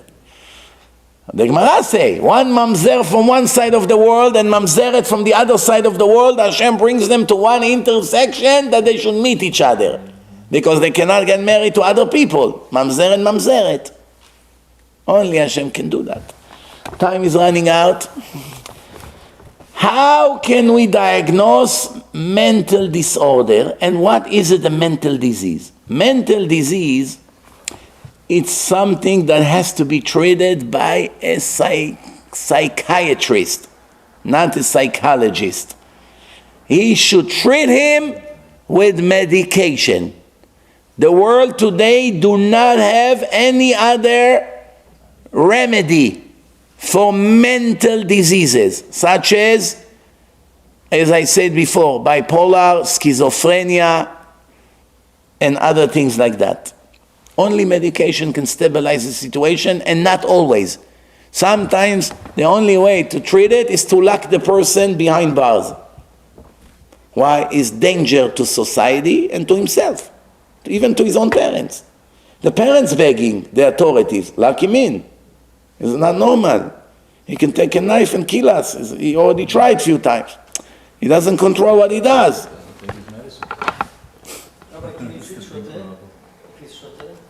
To cure him? No. So, listen to this. But mental disorder usually can be treated by conversations. You don't need pills. Conversations. Torah lectures.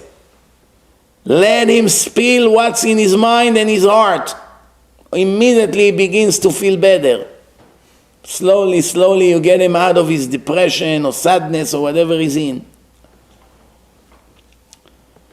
It has nothing to do with a psychiatrist. It's a territory that needs to be treated by a psychologist or good rabbis who know psychology from the Torah and from the Talmud. In case you didn't know, the greatest psychologists in the history were our sages, Chazal. They made hundreds of definitions about people, about status of people, about nationality of people, about trauma, about certain reaction. If you remember, last lecture was very interesting. I explained how can it be that a person come in front of a judge to confess that he killed someone and you cannot execute him. You cannot believe him. I'm the murderer. You're not allowed to believe him. En adam misim atzmo rasha. I say, why? It's very logical. I am the murderer you're looking for. You don't believe him. You have to make a thorough investigation to check. Very possible that he want to die. Very possible he's depressed. Very possible he feel guilty about other crimes he made. And he sacrificed himself now. There could be different reasons, psychological reasons for that. And I explained it in last lecture, number 5. You can watch it and understand. So now, one time I asked one of the biggest psychiatrists in Israel that was very friendly with me. We worked together. This is Rabbi Shlomo Hoffman and the big psychiatrist. Is it really most of the patients that come to you as a psychiatrist, is it true that most of them have a mental disease? That's what he asked him. What do you think was his answer? No, mental disorder. The answer of the psychiatrist, I'll say it in Hebrew, then I translate. אגיד לך את האמת, רובם לא חולים. I'll tell you the truth, most of them are not sick. Rav Shlomo asked him, so why do you treat them and not send them to a psychologist that by conversation can get them cured? ומה עם הפרנסה שלי? Very good. What's going to happen with my living? So he's going to feed medication and drugs to healthy people, then he should build a health insurance, hundreds of dollars a session. Make him more sick, making him even more sick. Making him more sick, of course. What do you think, the medication for a healthy person is helping? Making him worse. But at least he was honest. A crook that confessed honestly. You have things like this. Huh? We all like that. Don't we confess on Yom Kippur on all our crimes? We cheat, we lie, we steal, and Yom Kippur, chatanu, avinu, ganavnu, everything we confess. That's the way it is. Conflict. When a boy does something that is not correct, and the parent tells him, you are a bad boy, is it good or bad? You should tell the kids you're so bad, No. or you should not use those terms. What do you think? We should say that the action does not befit you. Oh, That's what Rabbi was speaking. very good, very good. You're in the right direction. It says you cannot come to a kid, your kid or any other kid, if you're a teacher or whatever, and say to him, you're so bad, you're so corrupted, you're so evil, you're such a liar, you're such a loser, you're such a failure. You can never use those terms. It's mamash like a knife to the heart, which will have a devastating consequences to it. The kid will begin to believe in it. I have no way to correct myself. I am what he says, or I am what my father said. He absorbed it, and it changed not only his conscious, his subconscious as well, because the brain is modified itself based on information, like a computer. You put information, the computer reacts differently. The more information you put, the computer reacts differently. He begins to believe in it. The parents are making him think that he's worthless. He gives up, about life, and he says, if I'm so corrupted, what's the point of trying even to change? I'm a loser, I'm a failure, I'm a liar, I'm a thief, I'm this, I'm that. What's the point of trying to fix one of those lists? I have such a long way to go. If I'm like that, I might as well do whatever I want. Anyway, there's no way to fix myself. People think that by giving them musar and making them scared, you're going to break him and turn him into a better kid, that he will improve. But the truth is that the kid is absorbing the criticism in a negative way. And he said to himself, since I'm such a bad kid, I'm allowed to do whatever I want. And then he begins to rob people in the neighborhood, then he become a drug addict, and then he become a drug dealer, and then he walks dressed mamash like a horrible person, and mamash, he wants everyone to know I'm the monster of the neighborhood. He should have not been that bad. You could have reached much better results by speaking to him differently. Instead of taking the musar to a negative place, you have to actually do it in a positive way. You still need to give him musar, but you have to do it with different words. For instance, you have to tell him, someone so talented and smart like you, not supposed to do such thing. People that are so smart like you, that Hashem gave them such a great brain, do not get such marks in a test. You don't come and say, you're such a loser, you're such a moron. No. You say to him, a kid like you with such wisdom, not supposed to get 60 on a test. Kids with your talent, with your ability, what Hashem gave you, should get minimum 95. That's how you have to tell them. Meaning, you actually say the same thing. It's not acceptable that you got such a mark, and you better wake up. But you say it in such a way that you give him motivation and hope. If you say it in the way I describe, this is what's going to happen. He's going to say, I'm giving up. That's it. I'm a lost case. I'm so bad, I don't want even to try to change it, because anyway there's no chance. The Rambam says, a person can accept the criticism, the musar, and blame himself that he's not good. Why? Some people, they're not resisting musar. And they think, Ani ish emet, kvod harav. I am sticking to the truth. Tell me the truth in my face. I want to hear the truth.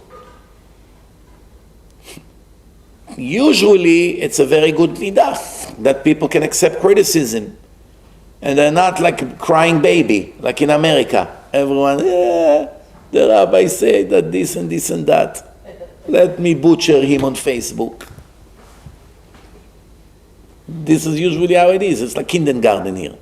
Everyone who doesn't like a minute that he heard on a speech must express his emotions and devastation to the whole world, that they will clap to him. Dweck, you loser. Don't worry, we're with you. Butcher the rabbi. Don't worry, we're with you. Yes, don't cry over there in London with all the liberals around you. We're supporting you 100%. That's why he wants. That's why he cries. Some people say, no, I'm not going to be like that. I'm a man. Give me the punches in the face. I can handle the truth. Very impressive. Or maybe not. Maybe not. How can it not be impressive? Sometimes the people want to hear how bad they are. Guess why? Why would a person love to hear all the negative things about him? Tell me everything. What else I'm doing bad? The Rambam, not me. The Rambam says, person want to blame himself that is very bad, that after that he will be released and can do anything he wants. The more you bury me with words, the more you give me freedom to go and become a murderer. Why? You already got me to such a corner that I'm such a lost case. So now I don't even feel guilty to do what I do. It's the reverse psychology. Look how dangerous it can be. רמב"ם. אם אין אני בן קולו שווה, אז לפחות אהנה מהעולם הזה. Since I don't have anything and I don't have עולם הבא anyway, let me just do whatever I want. לחלל שבת, robber, all day לשון הרע. What do I care? I'm a lost case anyway. Let me at least enjoy the 40 years that I have left here. It's very common, phenomena. This is the Rambam in Perush HaMishnayot to Masechet Avot, chapter 2, Mishnah 13. ואל תהי רשע בפני עצמך. Don't be wicked in your own eyes. Don't consider yourself wicked, even if you're not exactly Rabbi Shimon Bar Yochai. Why? אם יחשוב האדם את עצמו רשע, if a person would think himself is very wicked, לא תהא חמורה בעיניו שום עבירה לעשותה. At that moment, he will complete with his status, I'm a monster, and a monster is allowed to do anything. No problem. Don't tell me what to do, what not to do. That's how the society created such monsters. Look, cartel, Mexico, how they chop heads, how they torture people. Look at ISIS, look at all these cruel people. People don't become like that overnight. It's usually trauma from childhood. It's going in and out in jail and meeting bigger monsters and constant criticism and everyone tell you how bad you are. And you get to the point that you have to justify all the compliments that you get. They're holding me like I'm the head of the mafia. I'm too conservative. I better explode to the world and show really what they say it's true. It means the Tana in the Gemara, in Pirkei Avot, Al תהיה רשע בעיני עצמך. Don't be wicked in your own eyes. Don't judge yourself to say that you're wicked. Why? Because when a person feels that he's wicked, it makes him break and do all the sins that he can do. Everything. Anyway, I'm a lost case. Rabbi, I'm not religious. How the Chilonim justify their crimes? What do you want from me? I'm not religious. It's the dumbest answer. The dumbest answer. But everyone answer it. Why? What do you want from me? What are you expecting from me? I'm a Chiloni. You expect me not to be Mechalel Shabbat? You expect me not to be a thief? You expect me not to go with the Goya? You expect me, what do you expect from me? Not to care? Are you normal? I'm not like you. I had a student in the yeshiva when I used to teach Gemara years in yeshiva, years ago. And he told me a story. He told me before he became religious, he was working in a pornographic video store in Manhattan. He's a big guy. Like they say in Israel, a real gorilla. Say that here too. They said here, I guess he came from here. So, very, very strong. One time he gave me accidentally an elbow to my ribs. Until today I have pain. More than 10 years ago it was. No, I'm serious. Mamash. We have to see what a massive guy this guy is. One time as he was standing in the counter, one Hasidish guy walks in with his beard and peot and the hat. See, Hasid cannot hide his identity. It's supposed to guard him not to fall to the hand of the Yetzer Hara. A modern religious, all he has to do is take off his kippah and he's a goy. That's it. He can do anything he wants. No one would know. Hasid with such a beard, with peot, and forget that even if he takes the hat off and the kippah off, still see the peot and the beard. Even though today the goyim also starting to have beards. Maybe Hashem has mercy on the Jews that cannot fight their Yetzer Hara, so now all of a sudden all the goyim will become, Amish. Maybe. But now the idea is that this Hasid walks in to a horrible Sodom and Gomorrah store. And this Israeli guy, his blood was boiling. He doesn't know he's a Jew. He doesn't have kippah. He's Chiloni. And the Hasid say, what do you have here? How much is this film? How much is this film? So he said to him, we have the special film inside. Come, I'll show you. He took the Hasid inside. He grabbed him, picked him up, banged him to the wall. He said, listen to me. If you're going to come one more time to this store, I'm going to kill you right here. You understand? You're not ashamed of yourself? The Hasid thought he's a goy. The Hasid said, what is your problem? I'm a customer. He said, you're a customer? You want me to kill you right now? You're not embarrassed? With this? You're coming into this place? So he realized he's Israeli. He said to him, but why? You're also a Jew. He said, but I'm not religious. Meaning, for me, it's allowed. You that put the flag and the symbol on you, and you present Hashem as a tzaddik, you're coming into this place? He had the point, by the way. Yeah. But I'm talking now to the opposite side. He can walk there, no problem. But when he sees a Hasid comes in, it burns his neshama. Why? Because once you declare, I'm Rasha already, Ani Chiloni, I can do whatever I want. Meaning, what do you expect from me? You cannot criticize me. Do you understand how they think? That's the trick of the Satan. So what if you're Chiloni? You'll be judged for not washing your hands before you eat bread. What do you think? You're going to have discounts? Because you're Chiloni? You're going to pay for every little sin, for every curse, for everything. You're going to pay. Ma. What is it? Oh, I'm Chiloni and you Hasid, so you are going to pay and I'm released and dismissed. This is what the Ramban talking about, based on the words of the Tana in Pirkei Avot. When a person feels Rasha, it makes him allow himself to do anything he wants. That's it, no problem. But if he doesn't think he's Rasha, listen, he knows I'm not perfect. He knows, we all know we're not perfect. But I also do good things. Meaning, let's say that I'm mediocre, 50-50. That's already not such a big Rasha, no? Keep Shabbat, I eat kosher, I come to shul, I put tefillin. No, I fail with Lashon Hara, not watching the eyes, all kinds of things like that. So it's a conflict. One leg is Esav, one leg is Yaakov. One hand is Yaakov, one hand is Esav.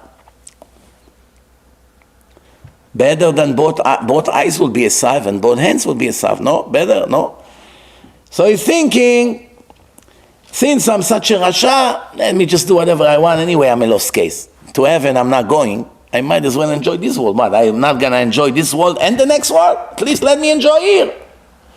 But if he thinks I'm good here, I need improvement, of course, but I'm doing also a lot of good. That's a guard. Not to become a real monster, meaning I have a limit. I can't do that. Let's go to Las Vegas now. Come on, I'm religious. I don't want to be there. Come on, big deal. You're modern anyway, ma. You're in New York. What, you're such a Hasidish guy? No. Listen, come on, I know who you are. You're right. I'm far away from being perfect. But I have red lines. I will never break Shabbat. I will never marry Goya. I will never miss a day without tefillin. I'm giving tzedakah every month. I will never cancel it. I have a lot of good things about me. Not everything is negative. That's a guard. Better than 100 sifrei musar. If you already think you're a lost case, what's going to help you? That's it. The Rambam in Shmona Prakim, it says like this. The reason why that a person evaluates himself less than what he is, spiritually, is not because of frumkeit. You know what frumkeit means? Not because he's such a big tzaddik and humbled. I'm nothing, Kvod Harav. Don't call me tzaddik. Believe me, I'm far away from being tzaddik. Thousands of times I heard it. Why? Not always is because you're humble and you're really honest and you evaluate yourself correctly. No. It looks like it, but it's not always like that. Why? It's because of laziness. Who can tell me what's the connection between laziness to a person that evaluates himself less than what he is? Because you have to work on your midot. Huh? You have to work on your midot. Well, what does that have to do with laziness? Because if he will evaluate himself according to his real talent, it would obligate him to put more efforts. Your brain like you could be minimum Rav Eliashiv. Me? Yes, I saw you. I learned with you Gemara. 20 years I didn't see a student like you. Nah, what are you talking about? I'm a loser. It was a rabbi, but believe me, it was, like I say in Israel, it was a fuchs. You know what fuchs in Israel mean? Lucky. Once in 1,000 times you get lucky. No, Rabbi, no, bemet, I'm not such good like you think. Believe me. No, believe me, no. Like the rich people. Sometimes they say, oh, I heard you giving a lot of tzedakah. He's already thinking, he came to ask me for his yeshiva, right? No, who told you that, Rabbi? I'm not giving any tzedakah. I don't know who made it up on me. No, I heard you're very generous. You're helping a lot of yeshivot. What are you talking about? Not me. Maybe he's my brother, not me. I have a twin brother. Why so worry? Because if he would say, yeah, it's true, I'm a generous guy, what's going to come next? Make an effort to help us also. You understand? Do you see how psychology works? It can be this way, it can be the other way. Very, very thin. Do you know how similar it looks? A guy with strong emunah and confidence in Hashem to the biggest lazy bum. They both look exactly the same. Why? They both look that they're not doing anything to make a living. But one is not doing anything to make a living because he trusts Hashem 1,000,000% and he never worries about the mortgage and about the tuitions and what's going to cost. Never. Because he's in such a high level of faith, there's much not worry. And the other one, he just want to lay in bed and let his parents feed him until he's 700 years old. You understand? One guy, his mother told him, Moishi, I heard in America they have a liquid that when the woman drinks it, it makes her look 20 years younger. Takes away the wrinkles, stretch the skin. Find it and bring it when you come to Israel. He said, I'm not coming to Israel, but I'll send it to you by mail. 6 months later, he decided to go to Israel. So his mother, she said, okay, we're going to come to pick you up in the airport. He comes out of the terminal. He looks around. He doesn't see his parents. Then he sees beautiful young ladies in their 20s. Moishi, do I know you? I'm your mother, you fool. My mom? Ma? Wow, you look 25. You look my age. What happened? It's the liquid you sent me. This is how it made you? Yes. Wow, you have a new baby also? Who is this in the crib? She said, no, that's your father. He drank the whole bottle.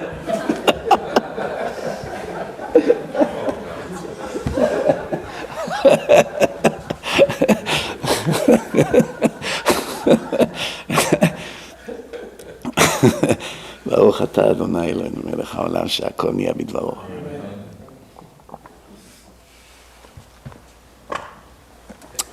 Yeah. Tov, let's move on. The Rambam is explaining that if a person will evaluate himself in his real talent and potential, it would obligate him to start working hard because Hashem gave me potential. And I'm not interested to sweat now, to break my head in Gemara. You know how many times I told people with a brain like you, you're wasting time in college? Isn't it a crime? Do you know somebody like you would sit 20 years in yeshiva, you'll be the chief rabbi of the world. There's no question about it. And I meant it. Not just to get him motivated. Really. We had one guy in yeshiva, when I was learning, he came from Venezuela. He was born in Venezuela, speaking Spanish. He was the champion of South America in math. From the minute he came to the yeshiva, total ignorant. Never went to religious school, doesn't know anything, just became a Baal Tshuva. He came to Monsi to the yeshiva. While he was learning Gemara as a beginner, in 2 years, he learned fluent Hebrew while he was learning Gemara without going to Ulpan. He finished the whole Shas, the whole Gemara, by heart, he know everything. In 2 years. No one in the world can do such thing, no one. His brain was so sharp because he was in math all his life, math. Champion of South America, many countries. All the geniuses people came and he won number 1. Every time I needed a source, I used to come to him, Avram, where is this Tosfot? This is how it was. It's like he's seeing it somewhere on the screen. Oh, pull it out, right here. Millions of lines. Everything you know. One time, the Rosh Yeshiva said to him, today I don't feel good, I won't be able to give the class. It was less than 2 years in the yeshiva. What normally people know after 2 years? To give a shiur in a high level in the yeshiva? He said, would you be able to give the shiur instead of me? He said, okay. Rosh Yeshiva, he couldn't talk. He had problem with his voice, he was sick. But he was sitting on the side. To hear his shiur, he took 7 different Gemarot, all of them open, 1, 2, 3, 4, 5. He gave such a shiur, the Rosh Yeshiva started to cry. He got up after the shiur, he said, I am 45 years learning from morning to night. And I can never make such a shiur, never. 45 years I learned. And he's here a year and something. It was less than 2 years in yeshiva when he gave that shiur. And everyone was like, it's like you want to kill yourself. So I'm going to learn in 800 years, I won't be in his level. This guy. No, someone like that, wouldn't it be a crime to leave him in college? The world has millions of mathematicians. One more, one less, the world will be the same. How many giant chachamim the world has? How many? 500, 1,000, that's it. The whole world. Such potential. He went to yeshiva in Yerushalayim. I wonder where he is today. Probably somebody very big. This was almost 20 years ago. So imagine now add another 18 years to it. 18 years to learning. Imagine what he is now. Probably know the whole Shas word by word without opening the book. Avram, that was his name. Ben Siksu. That was his name, Avram Ben Siksu. He learns in Yerushalayim. The last I heard is in a good yeshiva in Yerushalayim many years ago. People like this, once they discover the Talmud, they can't live without it. The Talmud is like a glove to the hand of the genius people. The more genius you are, the more happy it makes you. It's like mamash, like lehavdil, million alfei avdalot, lehavdil to a drug addict that you bring him the best drugs, unlimited on the table. His eyes coming out, wow. Lehavdil, million alfei avdalot. Someone that has such a brain and you give him as a sugya tova b'Talmud, you know what pleasure it is? When you bring it to the fool, it's like a death sentence. You see by the kid sometimes.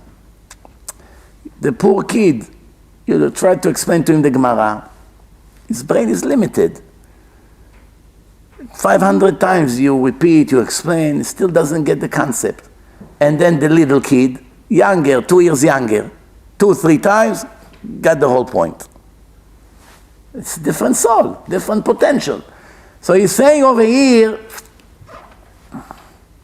he says, if a person will evaluate himself correctly, it will obligate him to sweat and to put a lot of energy, which his laziness hates. That's what's happened. So he rather make himself a loser.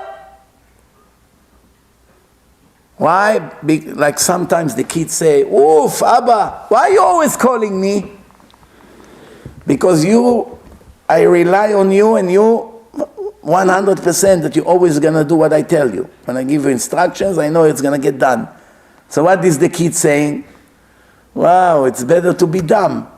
The dumb, you don't tell them anything to do. Me, everything me. Calling me, everything I have to do. This is similar to here.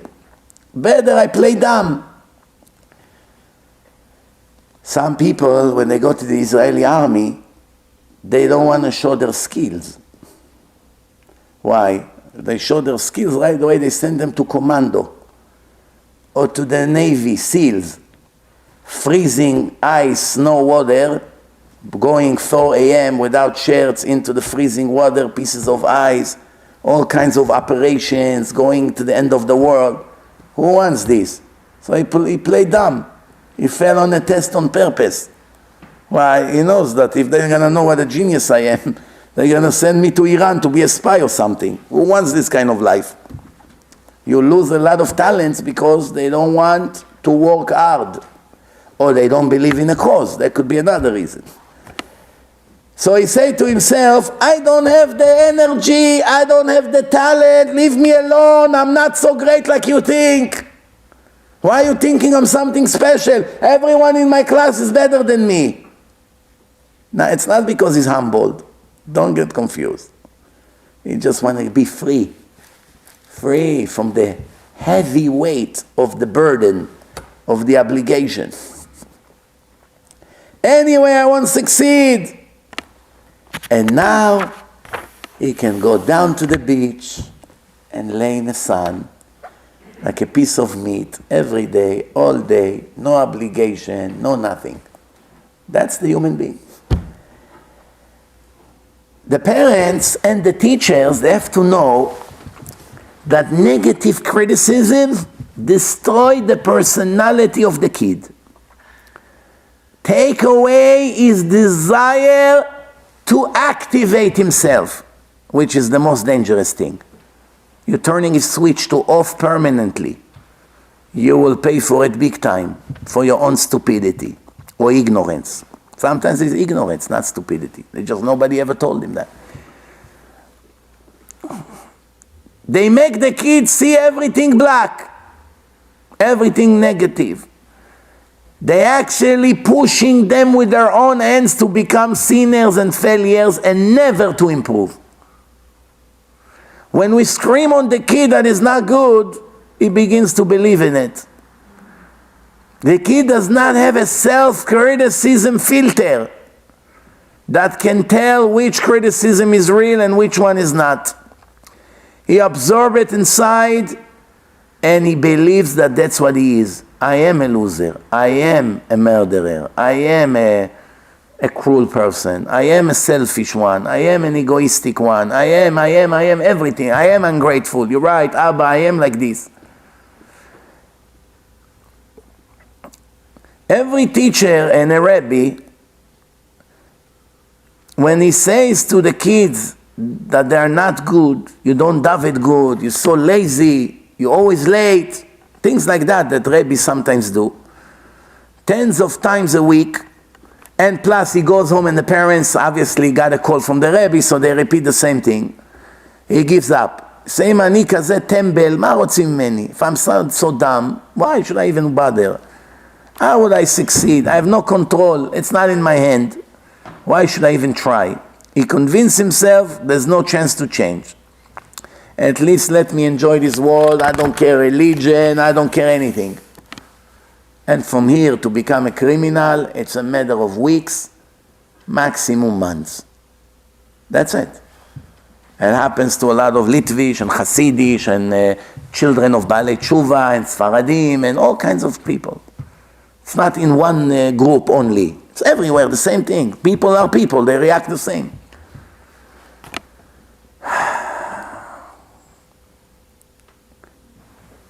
So like I said, what's the correction for that? בחור כמוך לא מתאים לו לעשות כזה דבר. A great guy like you, I'm surprised that you're doing such thing. A genius guy like you, getting such a mark on a test, I'm really surprised, to be honest with you. A nice Baal Midot like you, with such great personality, I'm in shock that you had a fight with that kid. I would never believe. You actually, by criticizing him, you're building him. It's mamash amazing. Look, you can actually say the same thing, and how you say it, no wonder the Gemara says, Chaim v'amavet beyad halashon. Life and death depend on the tongue, on the mouth, on the lips. Rashi in Masechet Kiddushin, al tachbid yisurin v'tochachot. It's important to rebuke people, yes. Only that? Of course not. Develop the love, develop the positive also, not only negative. All day negative, person will kill himself. People think when a kid is violent and behaves bad, so you have to rebuke him in such a way, to give him such a musar and explain to him in details how horrible he is, what a monster he became. Rashi said, younger than 16, don't give him any musar. He cannot understand musar anyway, younger than 16. Lo kolet ma sheta metif lo. But you preach to him, will come in and go out here. He has no da'at to accept rebukes. His mental state is not mature yet. Even sometimes you come to religion homes and the father is very pedantic, like a SS soldier. Every little thing must be in a place, and if you do something a little bit wrong, right away pull up his machine gun and kill you. Well, sometimes you come to religious homes, the kids stand, they're all dressed, top of the line, in a Shabbos table, everyone like a soldier. The girl brings this, the guy clean. It looks, wow, what a family. I would die to have such a family. Kids like that, look at my kids. Barbarics like this, and look at these religious kids. In reality, your kids is much better than them. They are trained soldiers with a gun pointing to their head. That's why they put the act. But they're very bitter and suffering every second inside. Soon as they will be independent and they will be released from the authority of the general, they will explode to become the biggest monsters that you will ever see. That's explaining why there are thousands of religious kids off the derech. Kids are not animal. Even animal you cannot train. How many try to train the lions and this? After 20 years he ate their head off. It's impossible. There is a difference of raising healthy children that are behaving correctly because that's the right way, or to train people that will die from fear. And everything is because of fear. My father will insult me now, he will attack me now, he will hit me now, he will take away this from me, and he will do this to me. I better behave. It has to be a combination of lots of love that you give to those children, build their confidence. It doesn't mean you have to spoil them and give them everything they want, no. You still can criticize them, but the way I said before. While you criticize them, speaks in a positive way, meaning compliment them first. You know, I'm very happy from your marks in class. I know you're doing very well in school. I heard the other day that you helped that woman over there when she had problems and you volunteer. Anything good you can tell him, that's first, to soften him up. And now when you come to the punchline, even then you have to say it in a positive way. You know, after I see such a guy like you, how you learn, how you behave, how you wake up every morning on your own, and you're always on time in shul, you're always in a bus on time. You, Baruch Hashem, for every 1,000 kids, one of them is like you. That's why I'm shocked that someone like you would say such a thing to his Rebbe. I cannot believe it. To tell you the truth, I really don't believe that you actually said such thing. Now he comes out of the conversation. In one hand, he's embarrassed. How did I really do such thing? And now what absorbs in his mind is how a great guy like me dare to do such a thing. On the other hand, you loser, shame on you. That's how I raised you. You don't deserve to be my son. Believe me, if I could, I would throw you out of here. That's how they talk to them. You're lucky you're alive, this, that, and put him all his confidence down. Now go and try to save him now. It's similar to a man and a woman. A man that has a wife can destroy her in 1 minute conversation for 20 years. He tells her, look how you gain weight. Look how you don't take care of yourself. I'm disgusted by the way you became. He takes away all her confidence. On the other hand, he can tell her, I see, Baruch Hashem, your appetite grew a little bit, but you know what? You're very pretty with some few pounds on. No, I'm going to worry on it. I'm going to take care of it. In a positive way, or better than someone else would say it, not you. Sensitive issue. Sensitive issue. Or you want to criticize her cooking. She does something you don't like. You know, it's actually really nice. You made all this and you bothered so much and you cooked and this. But to tell you the truth, I like the other dish better. They don't say it's not good. You say it's delicious, amazing. But you know the thing you made 2 days ago? It's actually even better. She got the point. She won't make the same chicken anymore. But she still go to bed very happy. Even that he likes. Same thing, but in a clever, positive way. You gotta change the system. Don't change the system, you pay very heavy prices.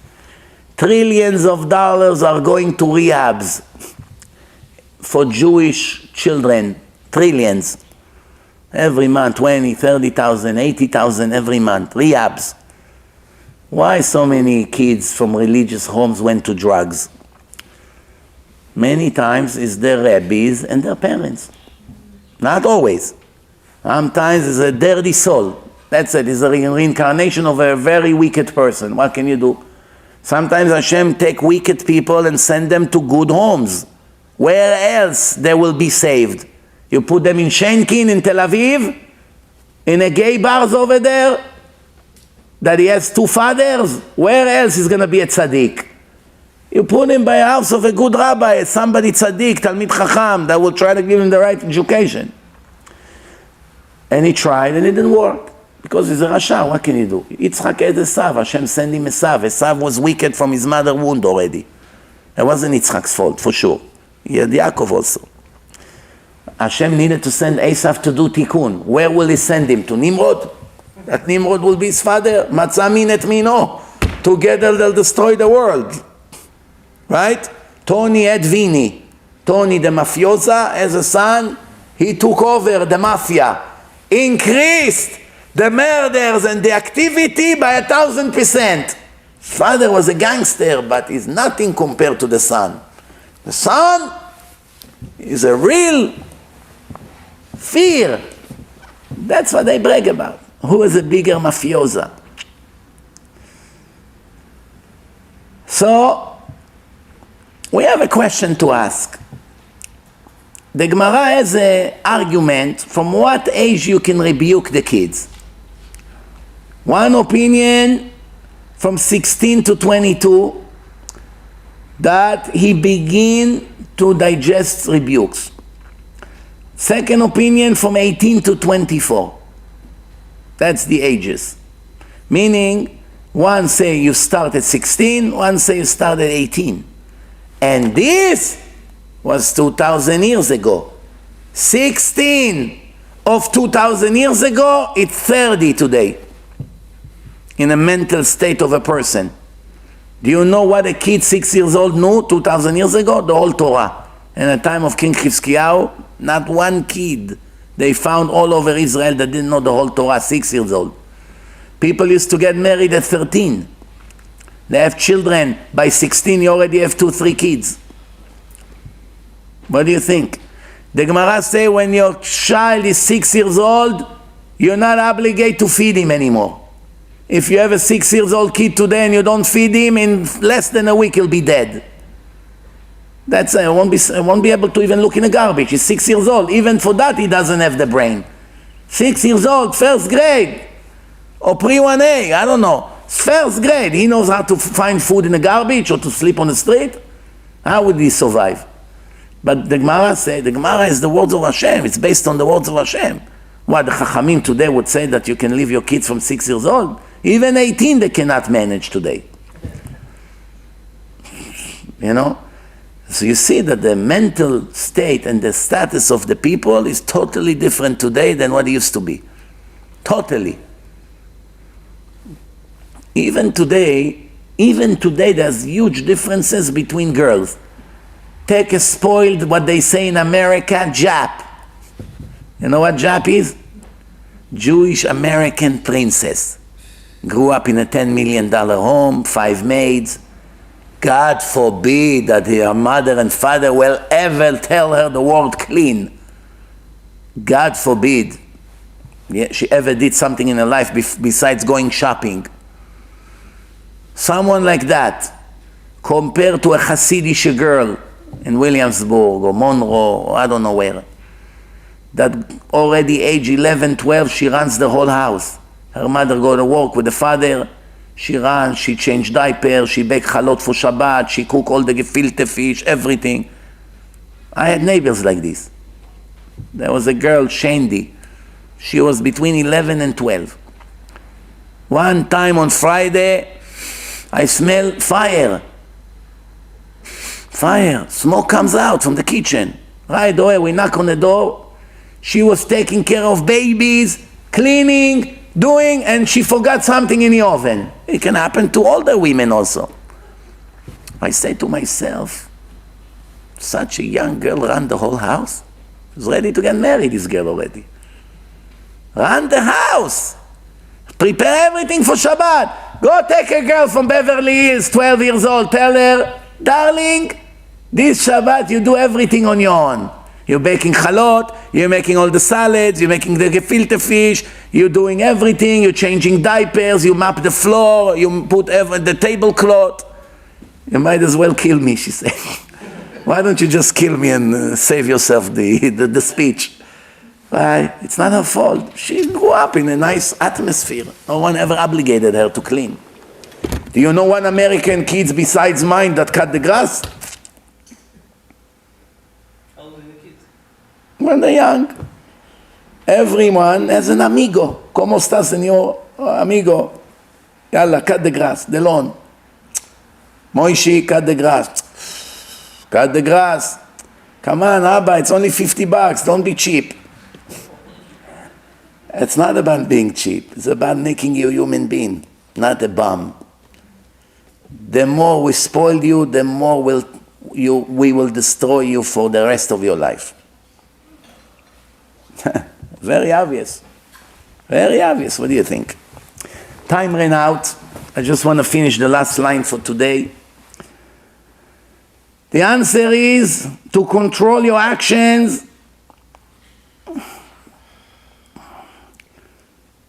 He has the knowledge and the da'at. But to accept criticism, not yet. Either 16, 17, 18, that's the range. So today is different, you say? Today it's even more than that. So that argument. Well, but we're not allowed to change.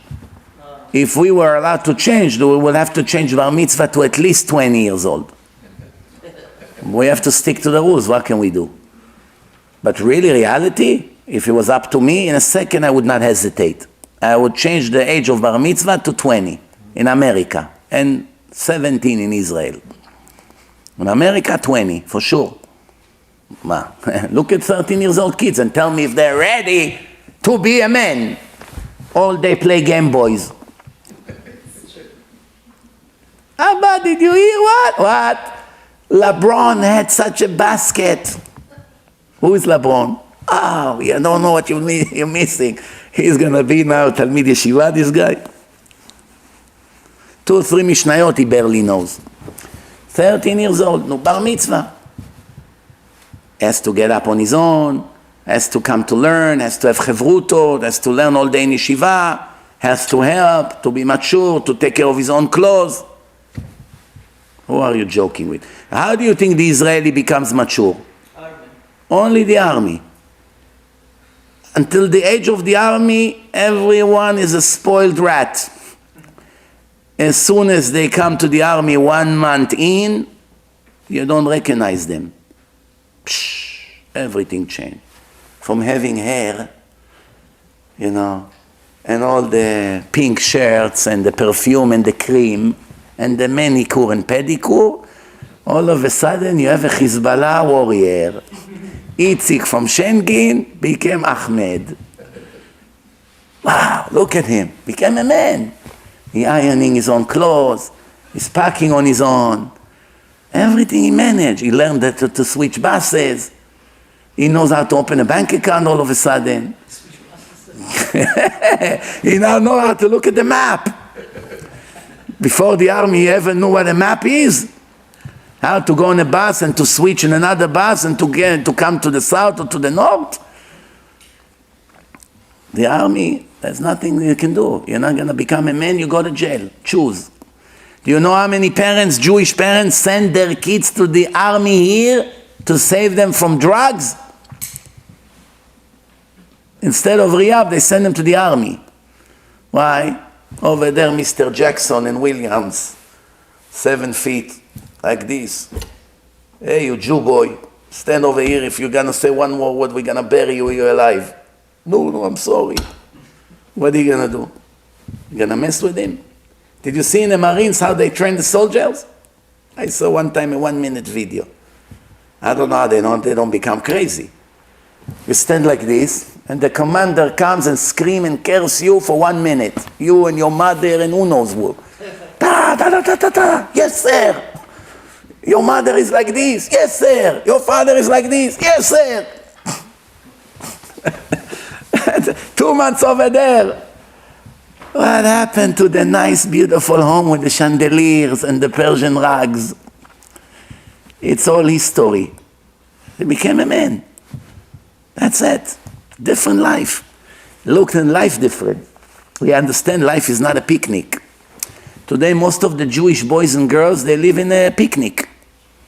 And then their parents call the rabbi. Rabbi, talk to him. He never comes in time to work. I opened him a business. I invested hundreds of thousands of dollars. Look at him, he's a prima donna.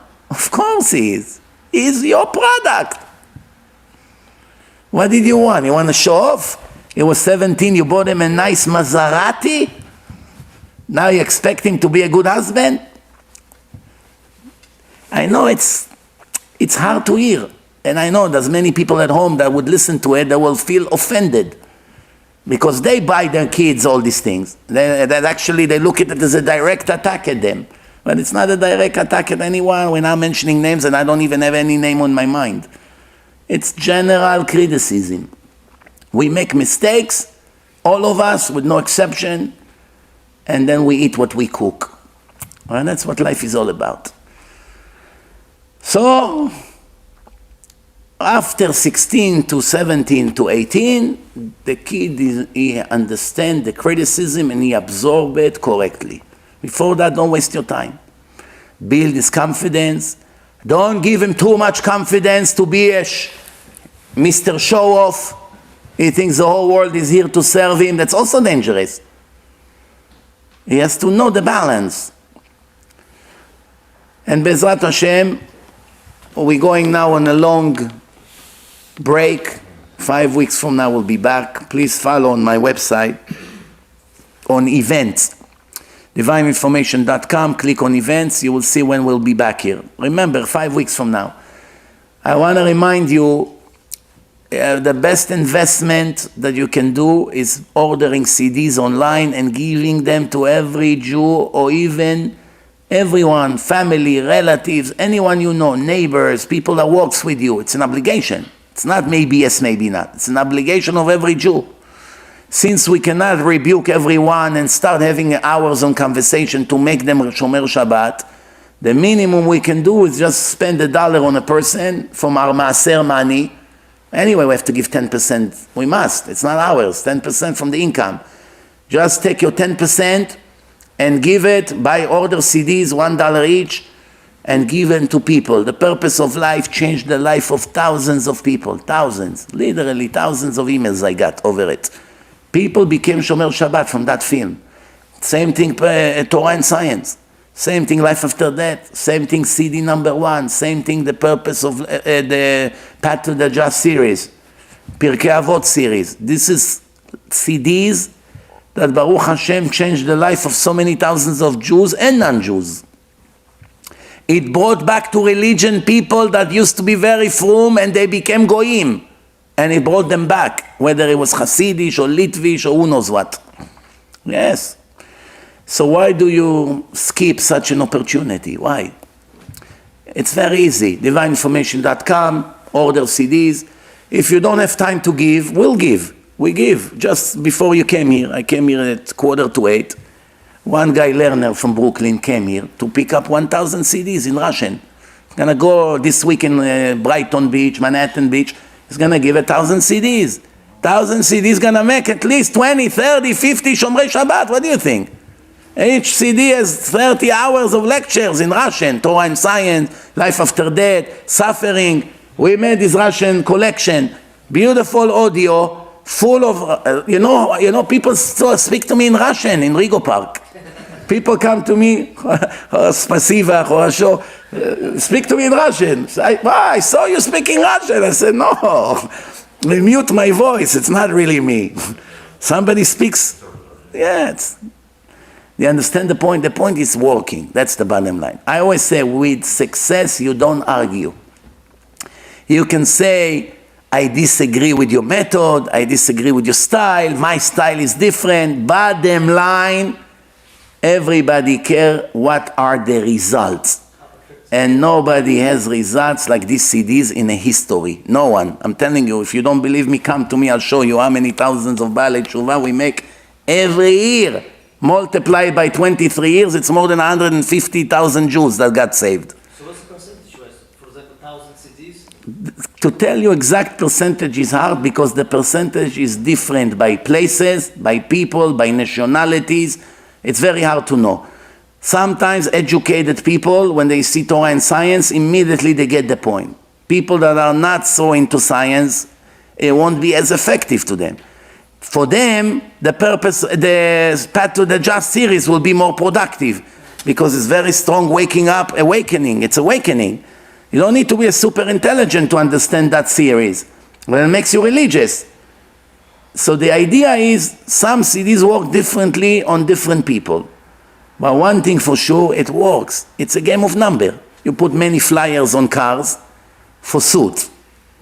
People buy one, get one free. Buy two, get one free. You put thousands of flyers, thousands, 10 people showed up.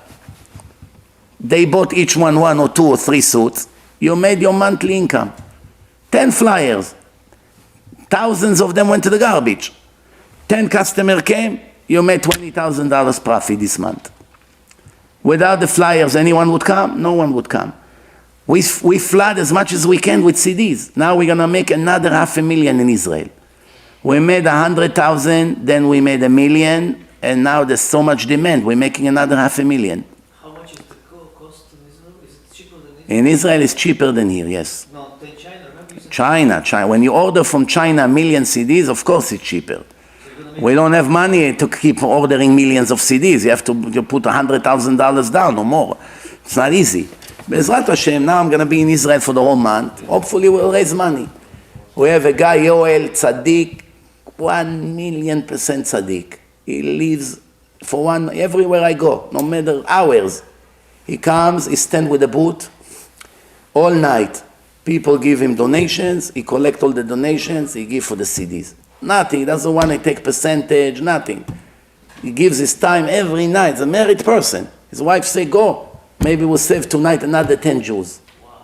another 5, another 10. If all the Jews would be like my team in Israel, in 1 year we would make half of the Jewish nation Shomrei Shabbat. 1 year.